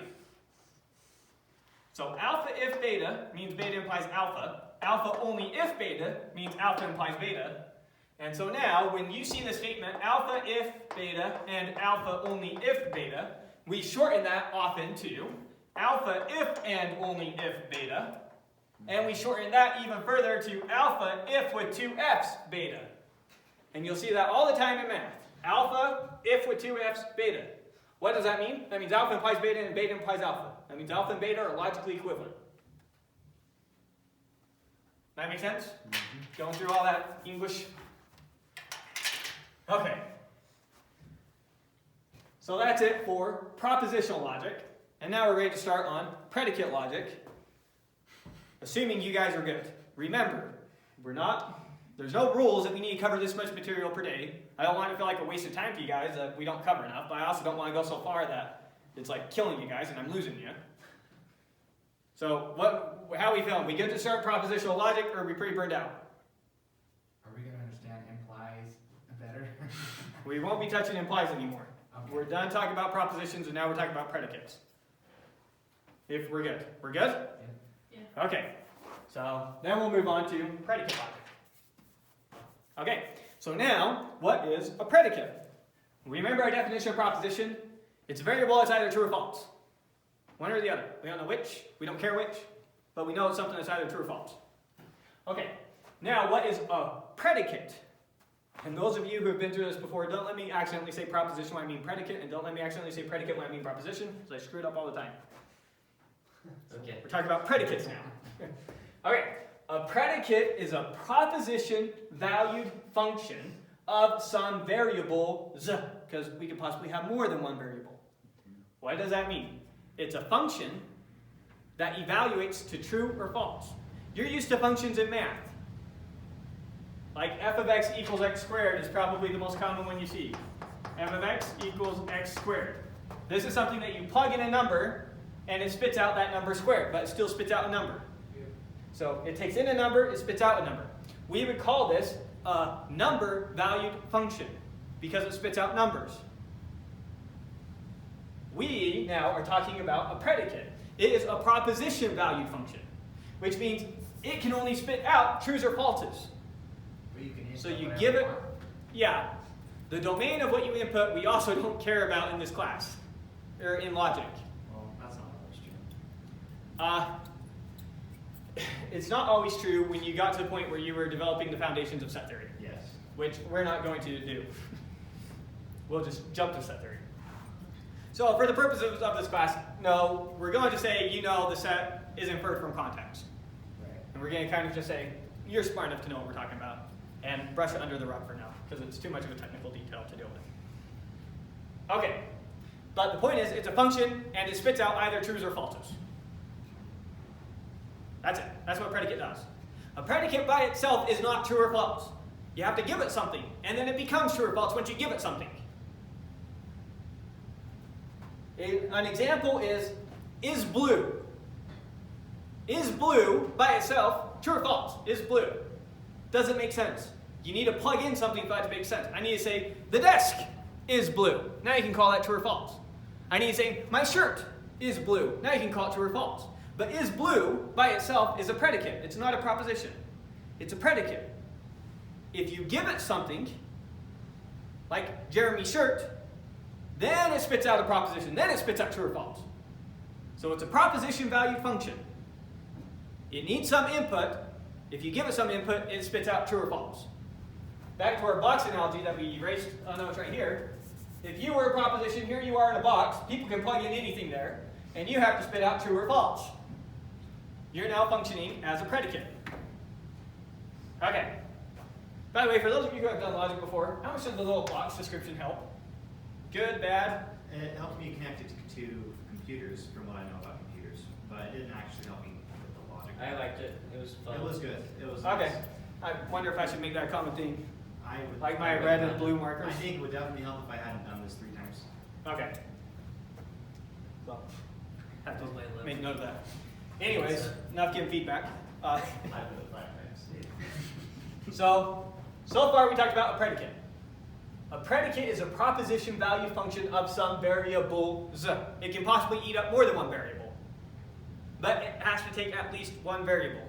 And it spits out true or false once you give it something. You have to plug something into it. Or some things if it's multiple variable. In particular, a predicate of 2 variables is called a relation. And we are very interested in that word relation, and that shows up 1.5 billion times in math. It's one of the most common words. It's everywhere. Relation. We're very interested in it. A predicate that takes up 2 variables.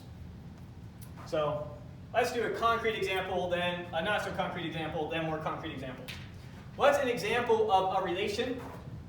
Less than. Less than just like you know for math. Question. Less than. True or false? Doesn't make sense. Okay, 1 less than. True or false? True. Still doesn't make sense. You need to give it 2 things for that to make sense. 1's less than 2. Okay, now you can call it true or false. In that case, it's true. If I would have put the 2 here and the 1 here, now it's false. But the point is, now it's a proposition. So less than by itself is a relation. It's a predicate that needs 2 things to become a proposition. Does that make sense? Okay. So predicates. How do we typically write predicates? We write them like this. Those of you used to function notation, obviously we're ripping off function notation. This is how you would represent a predicate that eats up 1 variable we call the variable x. P of x is a predicate of a single variable. Sorry. P of x is a predicate of a variable x whose truth value depends on x. Similarly, if we want to talk now about a relation, Q of xy, putting them both in parentheses after it like that, specifies, hey, this thing takes 2 variables now. Those of you who are used to writing multivariable functions, that's the exact notation you use. So obviously we're just ripping that off. Is a relation whose truth value depends on x and y. Possibly just on x, possibly just on y, but it could also depend on both of them. For the special case where we're talking about relations, we hardly ever write them like this. We hardly ever write Q is a relation of x and y. Instead, we write the name of our relation in the middle, x, q, y. So we do not write x is less than y this way. With a relation, we take the name of the relation, that less than symbol, that's its name, and we stick it in between the x and y. So here's how we would write the x is less than y relation. Here's how we would write the less than relation. We put the x and the y there to make it clear to you, hey, this thing takes up 2 variables. We could also write this way. There's nothing wrong with this notation. It's just for the special case of relations, we like to write them like that when we can. You with me? And so similarly, less than 1, 2 is logically equivalent to 1 is less than 2. Say the same thing. Notice that we can't call this true or false. X is less than y, true or false. Can't answer the question. 1 is less than 2. Now it's true or false. We can answer the question. Here we had a predicate. We plugged in some variables, and now we have a proposition. We plugged 1 and 2 into the predicate, and true came out in this case. Okay. Overstating it? Yes? Okay. So we'll move on. Alright. So let's look at some examples of predicates. Here's the is blue predicate. We might write this on paper as b of x. And we want b of x to be true when the thing you plug in is true, and to be false when the thing you plug in is blue. Not true. Rhyming is dangerous. So here's how we might represent that on paper, but I'm going to write down the English of what it means to give us intuition for it. So we can have a predicate like the is blue predicate. X is blue, true or false. You can't answer the question. You need to know what x is first. So this is a predicate. This is a one variable predicate. You with me? X is greater than 2. How many variables does that have? 2. 1. Oh, Notice that the 2 is built in. Yeah. So this is not a relation. This is saying the is greater than 2. Right. Right. And we could have written this like this if we wanted. Greater than 2, x. Right. And maybe we give it that kind of name on paper. I don't know. You can name things however you want. It's just there's some general names that are typically used for specific things. If you use x, l, y for lesson, you'll confuse people because we're used to making that L a little bit more acute. Right? Never seen that. I just thought of it. That's great. Okay, next. Let's look at a relation. X loves y. False. You can't call it true or false until we know what x and y are. Then we can determine if it's true or false. Yeah, it has 2 variables in it, so it's a relation. Not only is it, question, is this a predicate? Yes. Yes, always. Is it a relation? Yes. Okay. Why isn't it vacuously true? X loves y. How can, like, Why you would can't it prove false? it false? You don't have You're thinking too much about plugging people's names in there and figuring out how we would determine if it was true or false. No, like, even if it was the greater than or less than, Okay, looking at this. you can't prove Wouldn't it it false. love- Doesn't that make Isn't it that a true? statement? We can't call this true or false. You're right, we can't prove it. What does it mean to prove? You prove something when you show that a proposition is a tautology. That's not a proposition. That's true. So we can't prove it. We can only prove propositions. We can't prove predicates. That is a good point. X is greater than or equal to y. Prove it. Doesn't make sense. That's a predicate. It's not a proposition. We can only prove propositions. To prove a proposition means to show it's a tautology. It's always true. Wonderful. That make sense? Okay. Tautology is true or false? A tautology is a predicate. Proposition. Thank you. A tautology is a proposition that is always true. Okay. A contradiction is a proposition that is always false. So in this loves case, we would actually have to determine if that was true or false based off some assumption of reality. Right. How we determine if it's true or false, we don't care. Exactly. Okay. We're taking it for granted that there is a way to do it. Yeah. That's so weird. Right. What we're interested in logic is just the structure. Going back to when we were talking about does, do's, and I can't remember what else we made up. Gubs. Does, do's, and gubs. What do they mean? Who cares?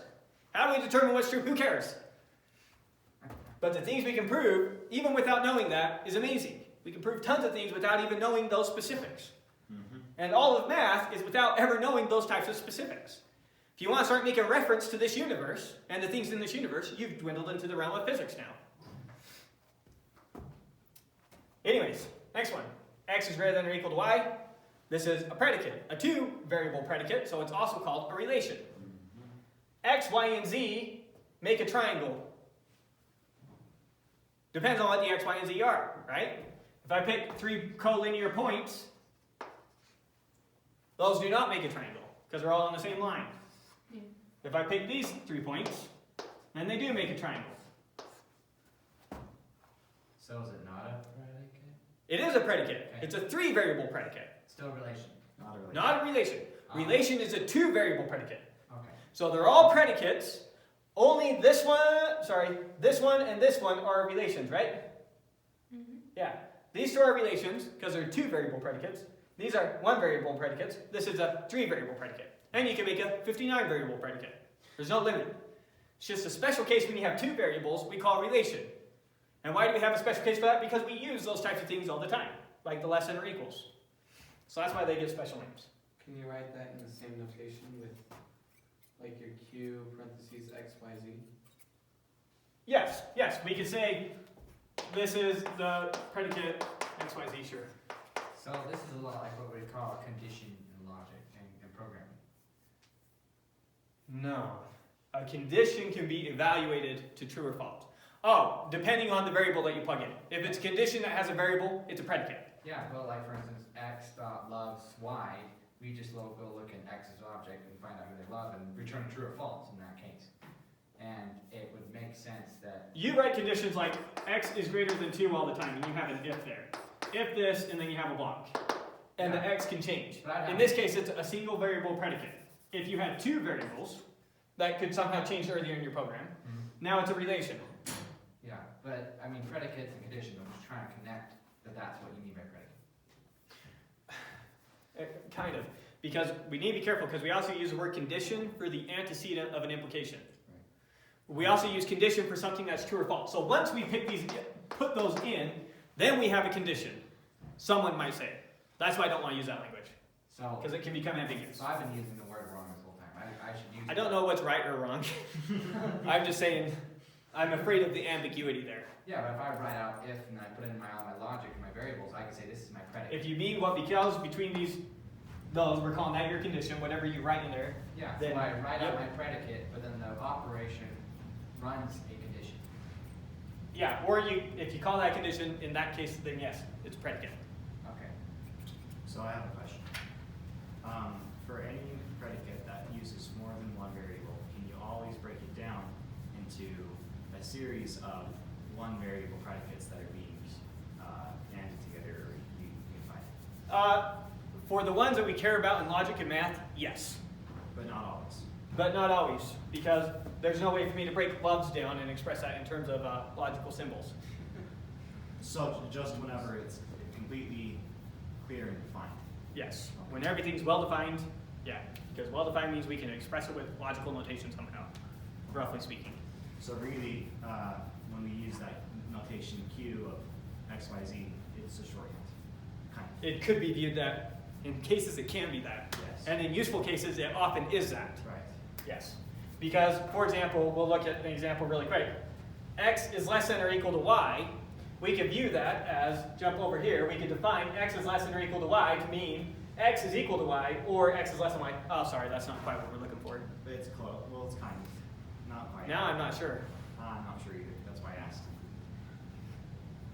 I still think the answer is yes, Well, look at your top one there. but I don't know what to do with identity. You say R of X, Y, Z is this defined as P of X and Q of Y, Z. Then you could break down Q of Y, Z as. Here's actually why I don't think you can, because of this thing right here. Because we have to introduce identity into logic as a fundamental unit. And identity naturally comes with 2. And there's no way to reduce identity to 1. Because it's its own fundamental concept. Because what we did was propositional and first order predicate logic with identity. You could This is have the an technical identity predicate where P of X means that X is the same. as Identity is itself. its own concept. But you have to notate it, don't you?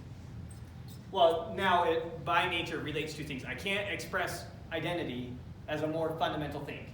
So I'll end up using circular logic somehow if I try to do that. identity is not defined in terms of predicates. No.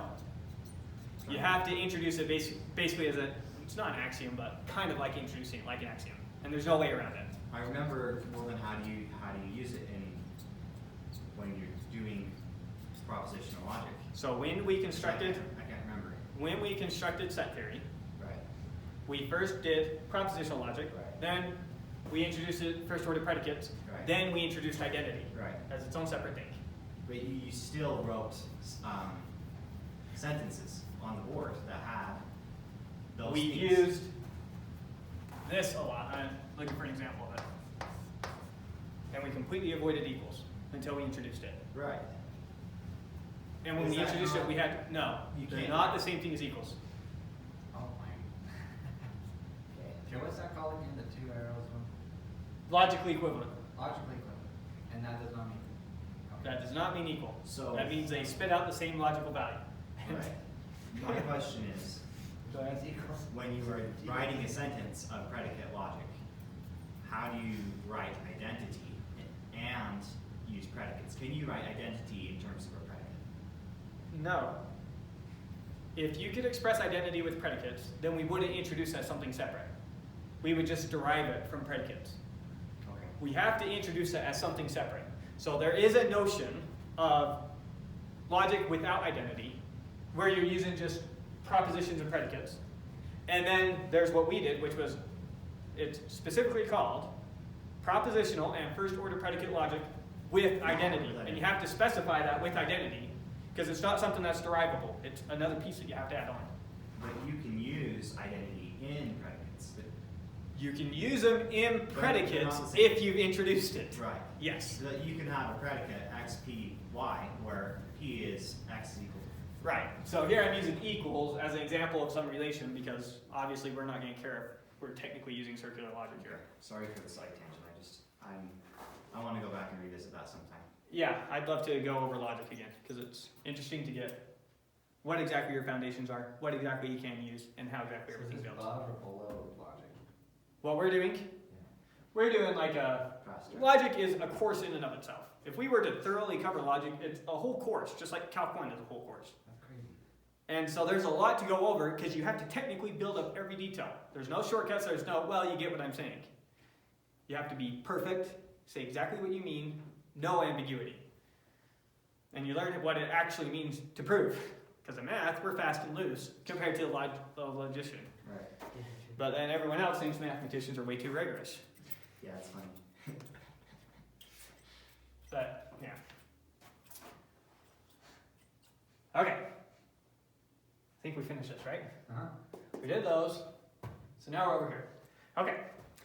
So since predicates are proposition valued, since a predicate ultimately spits out a proposition, true or false, we can use logical operators, things that we apply to true or falses, to combine predicates into new predicates.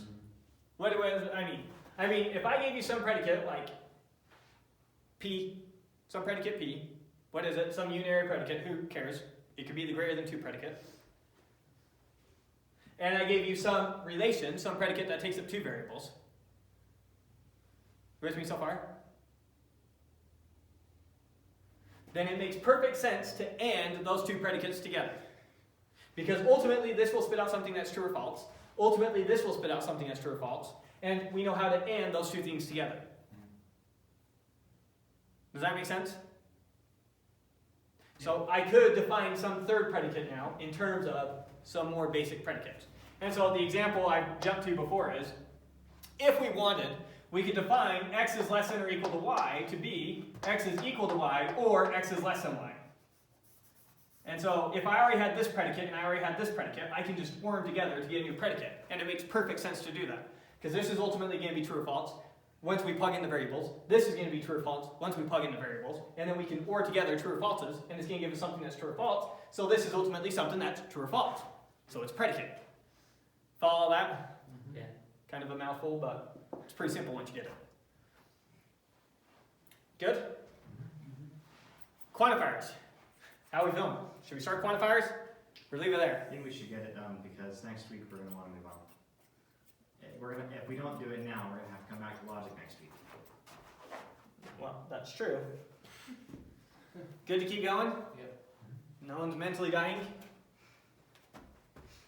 Peter, you're looking up. You asking for strength there? All right. No response. We'll keep going. So let P of x be some predicate. What? We don't care about. Then we introduce a new symbol here. How many of you have not seen that symbol? I guess we got a young buck here, so we're in trouble. All right. That looks like an upside down capital A. And that symbol means for all, or for every, or for each, however you want to say it. Go ahead. We call that the universal quantifier. That's its name. You with me? Yeah. Okay, so the way we read this then is, then for all x, p of x, so p is some predicate. It says something about x. So this is going to be either true or false. This is saying for all x, it's going to be true. So then for all x, p of x is a proposition. So this is something that's either true or false. And it is true only if p of x is true independent of x. Let's look at an example, and then we'll read that again, and I think you'll all click. So look at this by itself. X is greater than 2. Is that true or false? You don't know, because it's just a predicate. Now notice if I say that for every x, x is greater than 2. Or if I just say every x is greater than 2. Is that true or false? Yeah. What is it? True. Every x is greater than 2? False. False. It's That's what- false. Yeah. So you know that that's false. For example, -3 is not greater than 2. So notice that x is greater than 2 by itself is neither true nor false. It's just a predicate. When we put that quantifier on there, it turned it into a predicate. Now we can call it true or false. Proposition. Thank you. Now it's a proposition. We can call it true or false. So that by itself is just a predicate. When we put that on there, it's now a proposition. It's either true or false. And when is it true? It's true when this piece is always true no matter what x is. Right? So, for all x, x is greater than 2 is false. Not if false, is false. That should be an S. Now let's look at another one. X is greater than, for all x, x is greater than or equal to x. True. That one's true, right? X is always greater than or equal to itself, because it's always equal to itself. Yes. So x is greater than or equal to x is always true. So for all x, x is greater than or equal to x is true. And you couldn't call that true if there wasn't the quantifier? It's weird to call it true. Remember, how we determine whether or not these things are true is kind of irrelevant. But definitely, that has a variable in there, and if I gave you a number, you could call it true or false. So if it some weird way happened to be true or false beforehand, we don't care about it. Is it something that eats up a variable, and when it does, spits out true or false? Yes. Yeah. Then it's a predicate. We really don't care about the details of the predicate. And it's very weird in logic how high level we're talking. Is that a relation? No, because it just has the same variable in 2 places. Okay. Yeah, that's a good point. If I would have replaced one of those x's with a y, then it's a relation. But since you're plugging in the same variable in 2 places, then it really only eats up one variable. Okay, so let's read the statement one more time now that we've done these examples, and I think it'll click. Let p of x be some predicate. Then for all x, p of x is a proposition, and it is true only if p of x is true, independent of our choice of x. Okay, pretty straightforward once it clicks, but it's just a lot of language. That's how a law of logic is. All right, so we already did our 2 examples to help the course. Okay, so now we have our universal quantifier defined. And you know where we're going to go with this. We want to define our existential quantifier. And because we don't like to create new definitions if we don't have to, for those of you who have seen this before, we're going to try and force ourselves to use our universal quantifier to define our existential quantifier. We're going to define our existential quantifier in terms of our universal quantifier. Now, for those of you that are new, let's make this existential quantifier make sense. So this one was, for all x, or for every x, or for each x, then this is true. This one is saying that there exists some x such that this is true. So we call that the existential quantifier. There exists an x that makes a statement true, is what this is saying. Good? Now, how do we define it in a way that doesn't appeal to your intuition at all, but turns out it's a good definition? So, let p of x be some predicate. We define there exists an x such that, you always read after this one, when you go to the parentheses, you say such that, when you read this in English. So there exists an x, we got to the parentheses, we say such that, p of x, is logically equivalent to, it is not the case that for all x, not p of x. That's its definition. Now that seems like, what? So let's go back in English. Let's write two sentences this way in English and see if they're really saying the same thing. You with me? So this one says, there exists some x such that some predicate using x. So we'll pick one. There exists some swan such that it's black. Or there exists a black swan. You see how this has this form? This is saying there exists something with some property. This is saying there exists a swan such that it's black. Good? So there exists a black swan has this form. Now let's write it in this form. This is saying, negation, it is not the case that for every swan, for all x, it is not black. Couple knots in there. Let's read that again. It is not the case that every swan is not black. That says that there is a black swan. It is not the case that every swan is not black. There's two negations in there, so it takes a second for your brain to get it, but once it does, it seems obvious. Yeah, so if there's one true, of course, then not all of them are negative, is what it's saying. Well, it's saying this. But whatever makes it click in your intuition is what makes it click. Okay. So, does everyone see how this sentence says the same thing as this sentence? Yep. All right, that's what this is getting at. There exists an x such that p of x says the same thing as, it is not the case that for all x, not p of x. If there exists some x with the property p, then it is not the case that every x doesn't have the property. Good? Okay. So, now let's do some examples with this existential quantifier. There exists an x such that x is greater than 2. True or false? True. There exists an x such that x is greater than or equal to x. True. So notice up here for those, when we use the universal quantifier, we got false on this one, true on this one. Here, when we use the existential quantifier, we got true and true. So those are the two quantifiers we're most interested in, the universal and the existential. And they have the wonderful property that if you take some predicate and you put a quantifier in front of it, it magically turns it into a proposition. It's amazing. You see that? Okay. Before we jump any further with this, since we got some new people, I think it'd be more useful to do these examples first.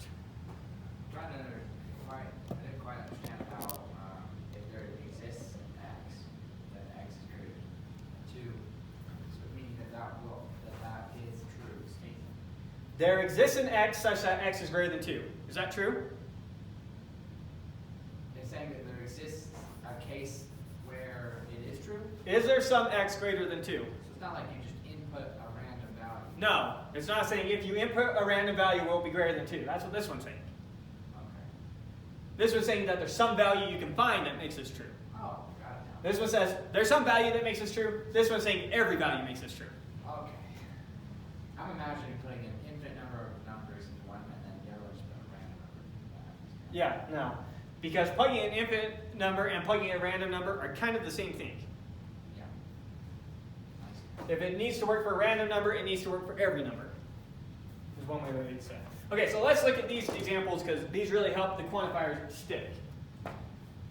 Where did I put my marker? Thank you. Would have never found that. Okay. So let's read some of these statements and determine whether or not they're true or false. And notice that this has two quantifiers, so we're in a lot of trouble. Okay. It's understood from context that we're talking about numbers here. Let's just say that. Okay. Yes, real numbers. No fake numbers. What are you talking about? Okay. So let's read the first one. This first one is saying that for every x and y, x plus y equals 0. And it's false. Yeah. This one is saying that for every x, there exists a y such that, remember, we always say such that after an existential quantifier. So this one's saying for every x, there exists a y such that x plus y equals 0. True. That one's true. For any x you choose, I can always find a y that makes x plus y equal to 0. If you pick 5, there exists negative 5. If you pick pi, there exists negative pi. And it's just a negative of the number. Alright, let's do the next one. There exists an x such that for all y, x plus y equals 0. False. True. Wait. It's true. There exists an x such that for all y, x plus y equals 0. False. What's the magic x with that property? What is the x such that no matter what y you add to it, you get 0? So this one's false. There is no x with that property. There is no number such that no matter what y you choose, the sum is 0. So these two things say very different things, and order matters. So let's read them both again and make sure you see the difference. This one's saying that for every x, there exists a y such that their sum is 0. This one is saying that there exists an x such that for every y, their sum is 0. For every x, I can find a y such that their sum is 0. That's true. Does not exist some x out there such that for every y, their sum is 0. I get it. So y is a random number, and then, okay. If I give you a random number, you can find some other random number such that their sum is 0. Not a Right, random. you can't. If you pick some number, and I pick some random number, chances are their sum is not 0. Yeah, so it's not always true. So this one is false, this one is true. Yeah, makes sense now. Okay, yep, that's the weird case. Is going from when you change the order of the quantifiers, and that's one of the points of this example, the order of quantifiers matters. Okay, finally, there exists an x and y such that x plus y equals 0. True, Yeah. right? 2 and negative 2, 0 and 0. Okay, so that one was true. Yeah. Did you want to do multiply now? Yeah, just want to make sure that everything's sinking in. So now, let's do this again, and now we're going to replace that plus with a times. For those of you not used to it, in big boy maths, we use dots for times. I'm used to that by now. Alright. Just don't want to throw stuff up there that you haven't seen before. Okay, so now let's read it again. For all x and for all y, x times y equals 0. False. That one's still false, right? For all x, there exists a y such that x times y equals 0. True. True? Yeah. So if I pick 27, what's the y you're going to multiply by to get 0? Oh, 0. I see. 0. So that one's true. Sorry, she erased those. Next one. There exists an x such that for all y, x times y equals 0. True. This time it's true. What's the magic x? 0. If you choose 0, then no matter what y I pick, this always comes out 0. So in this case, it was true. Notice that when we replace that with a plus, it's false, but with the times, it's true. Because now there is some magic x that makes it happen. 0 is pretty magical. All right, and finally, there exists an x and y such that x times y equals 0. True. True.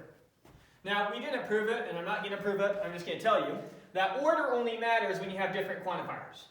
For all x, for all y, if I swap the order on those, that doesn't change anything. And there exists x, there exists y. If I swap the order on those, it doesn't change anything. So order only matters when you have different quantifiers. Not going to prove it, but happens to be true. Okay. So I think that really helps us nail down the quantifiers. We feel more comfortable with those. Okay, so back to over here. Where were we? I think we were at the theorem. We were at the theorem. Okay, so let's do a proof now. Our first more math type proof than we've used so far. Because we hardly ever really use truth tables to prove things. Because we can't usually list out all the possible cases and show it works in every possible case. Alright, so let's do this proof. What's our proof? If p of x is a predicate, then for all x, p of x is logically equivalent to not there exists an x such that not p of x. So for all x, p of x is the same as it is not the case, let's say it this way, there does not exist an x such that not p of x. If every x has a property p, then there does not exist an x that doesn't have the property p. Yeah, now I understand. Alright, before we prove it one more time, let's come down to English language, and then we'll do the proof. To say that all swans are white, which is something right here, all x have some property p, all swans are white says the exact same thing as, it is not the case that there exists a non-white swan. Make sense? So there's the intuition for what we're proving. Now let's actually do the proof, and the proof is going to use our definitions from before. So let's get started. Let P of x be a predicate. We don't know. And I'm going to define some new predicate Q of x, and I'm going to define Q of x to be not P of x. Remember, we can apply logical operators to predicates, it still just gives us predicates. Yep. We good with that? So what's Q of x? It's not P of x. Which also means that P of x is not Q of x. Yep. I think you can make that logical jump there. Okay, he's laughing, so it must be easy. Alright, so now, what am I trying to show? I'm trying to show that this is logically equivalent to this. I'm going to start with this monstrosity, and I'm going to reduce it to this. Yep. And that's how I'm going to show that they're the same. Okay, so we start with this monstrosity right there, and that's what I'm starting with right here. That's what I wrote. Not there exists an x such that not P of x. You with me? Now, the first thing I'm going to do is this is logically equivalent to if I just replace not P of x with Q of x. So going from here to here, I just replace not P of x with Q of x. You with me? And I also factored the not out of parentheses, which doesn't change anything. Right? I just want to write those square brackets like you can see our next substitution. Because, remember, we have a definition for there exists an x such that some predicate about x.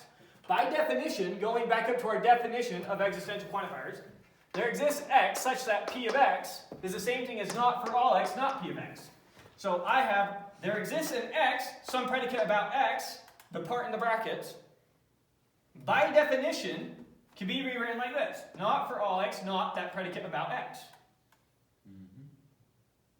Everyone see how replacing in the brackets, I just use the definition right here, this definition. I'm just using that definition to replace that with that. This means this by definition. And we try to give you the English for why it works. Oh, yeah. Okay, is everyone else a yeah? Okay, because now going from here to here, we're going to do one thing that we haven't proved and do a substitution. The thing that we didn't prove is if you negate a negation, it does nothing. It's back to where you started. The negation of a negation is just the thing itself. In other words, not true is the same thing as true, and not false is the same thing as false. So those negations cancel out each other. You with me on that? So this negation cancels out with this negation, so those negations go away.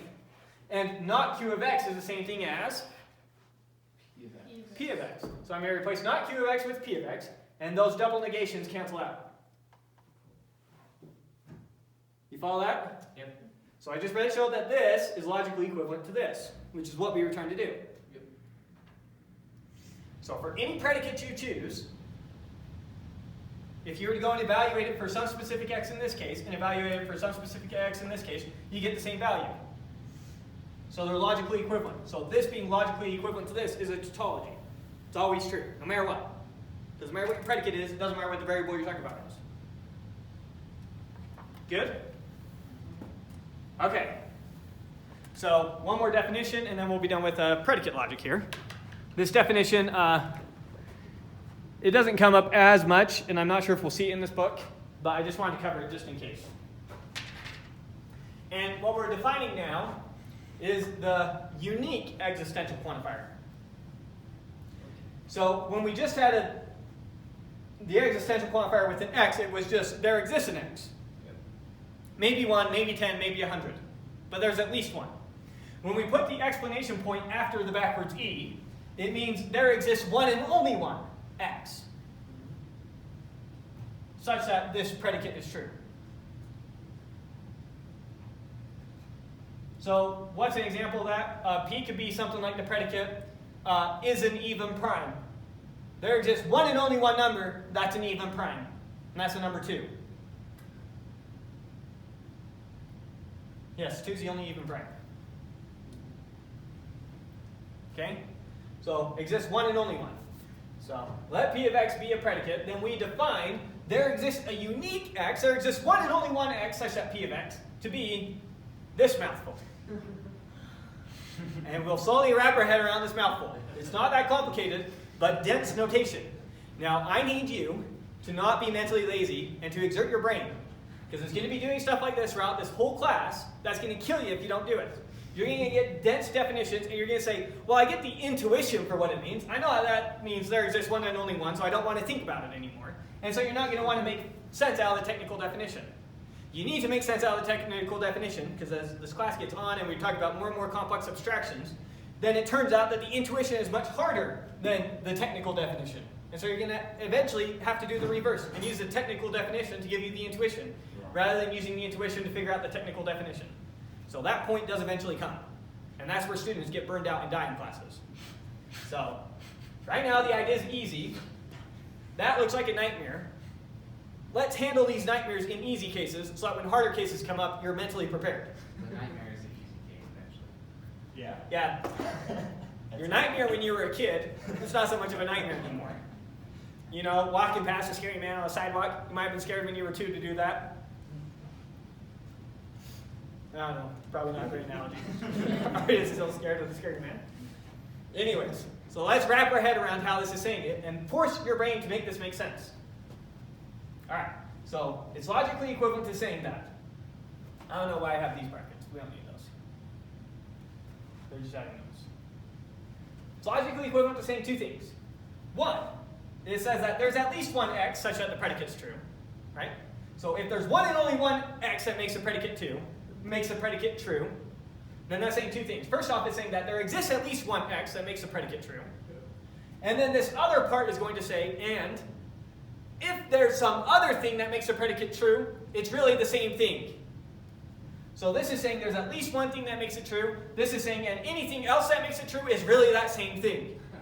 Okay? This says at least one thing makes it true. This is going to say, and anything else that makes it true is really the same thing. Now let's break it down and see how it says that. So there exists some x that makes it true, and for any 2 variables, y and z, probably the same as x, probably different from x, we don't know so far, but for any other 2 variables, for all y and z, if y and z make the predicate true, that implies that y and z are really the same value. So this says there's at least one thing that makes it true. This says anytime you find 2 things, y and z, that make it true, those 2 things are really the same thing.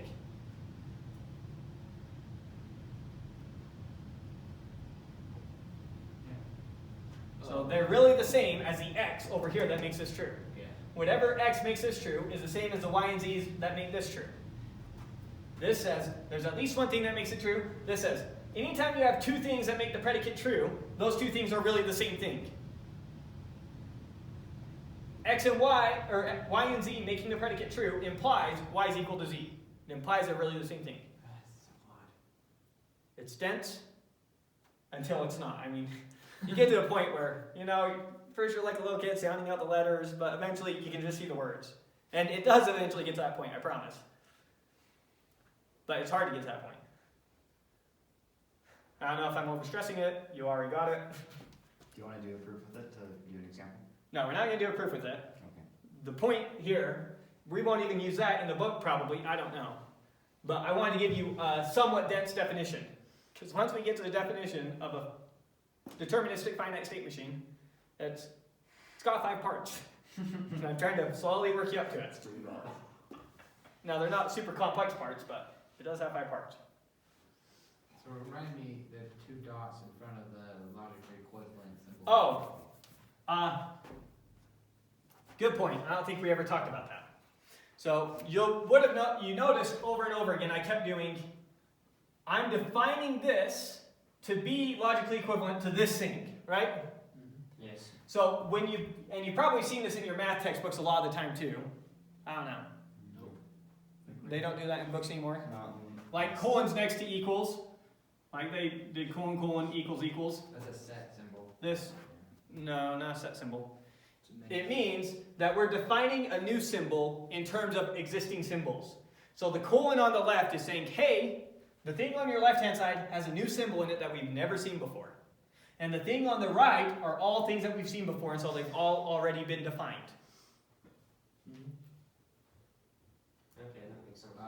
So it's a common notation and definition. I don't know. There must have been other places I did it. You did it. Over here, when we defined our existential quantifier, my colon's right there because I'm saying, hey, we're defining a new symbol, namely that existential quantifier, and we're going to define it in terms of things we've already defined. Up to this point, we already knew what not meant, and we already knew what for all meant. So that's what it's used for. And you often see it, in logic is the only time you really see it like this, but in other math courses, you see this left and right. First time I saw that was in your discrete math textbook. Yeah, that actually does make sense, because most authors are real lazy about it when they're hiding the fact that everything's a proof, Yeah. right? And all your math education is actually focused on brute force memorization to get you to pass a test. Your education is targeted at passing state testing. It's not focused on teaching you how to do math. And so, yeah, they don't bother with that because It's hard. you don't know the axioms that you're working with. They never bother to tell you, here's your axioms, here's all the logic for how we can do things. Kind of reminds me of the definition of a continuous function that you gave in real analysis. Did they take the erasers out of here? No, it's oh, that's the other eraser. Yeah, whiteboard eraser. That's obnoxious. Anyways, so that concludes predicate logic. So we've done propositional and predicate logic, and then next class we'll start with set theory. I'll try and have this up within 24 hours. With the set theory stuff, we're not going to come out with an axiomatic approach, so it won't be as dense as this. We'll just define all the operators like union and. Oh, I see. Go Is ahead. there like any type of practice that we would have here that would help us? So the book is on Facebook. Yeah, logic practice. Oh, for logic. Yeah, that's harder because this isn't anything in the book. So I'm setting the foundations of the book. Oh. Yes. Amazing logic practice. Amazing textbook. Best high school level textbook I've ever come across is a geometry textbook that Masada has a ton of copies of. And chapter 2 of the textbook is covering logic.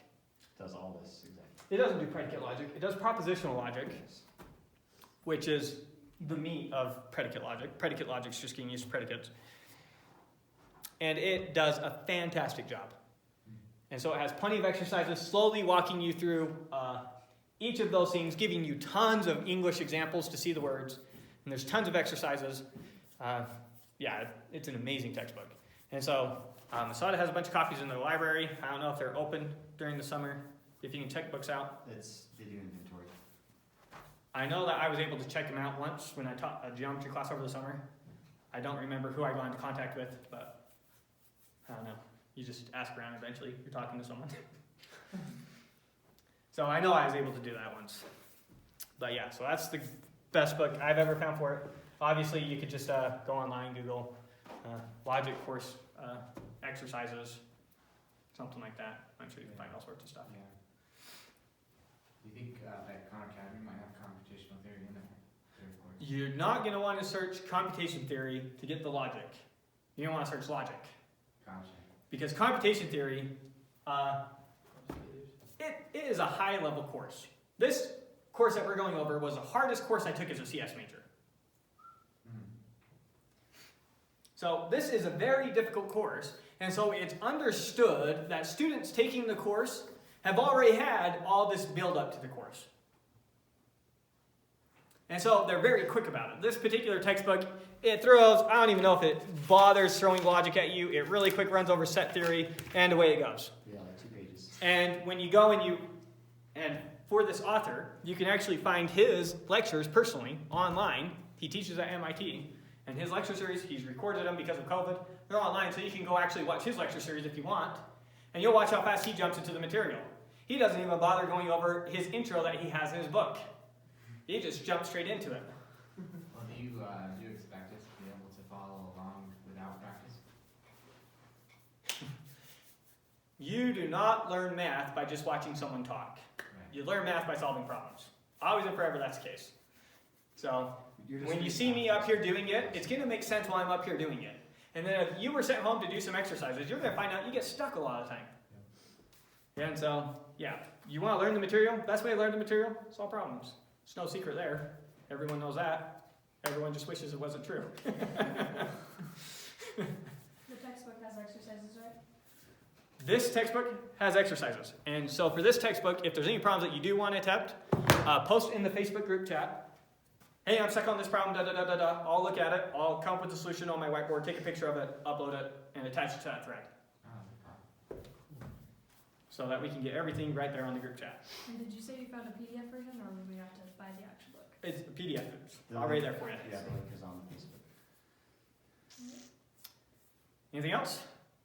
It's all the bookkeeping stuff? Cool. A lot more people than I thought. So we'll see you guys next week. We'll see if you stick with it. Yeah. It gets hard, but I'm also covering it from the ground up. So hopefully you can follow everything. Yeah. Because I'm going to cover it a lot slower than it's covered at university. And this course is hard, not because it's making these huge jumps that you just can't follow. It's hard because it's requiring CS majors to do rigorous mathematics. That's why it's hard. It's hard in that sense. So you would say, I guess you've already answered that.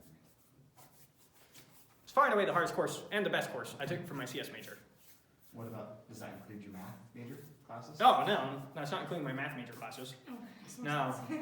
That does make more sense. I really like topology. I really like real analysis too. So, I really like Euclidean, non-Euclidean geometry. do you think this is harder than real analysis? No. Real analysis is harder than this. So I have some hope. That real analysis class that you took, you will not get a harder class in college unless you are seeking it out.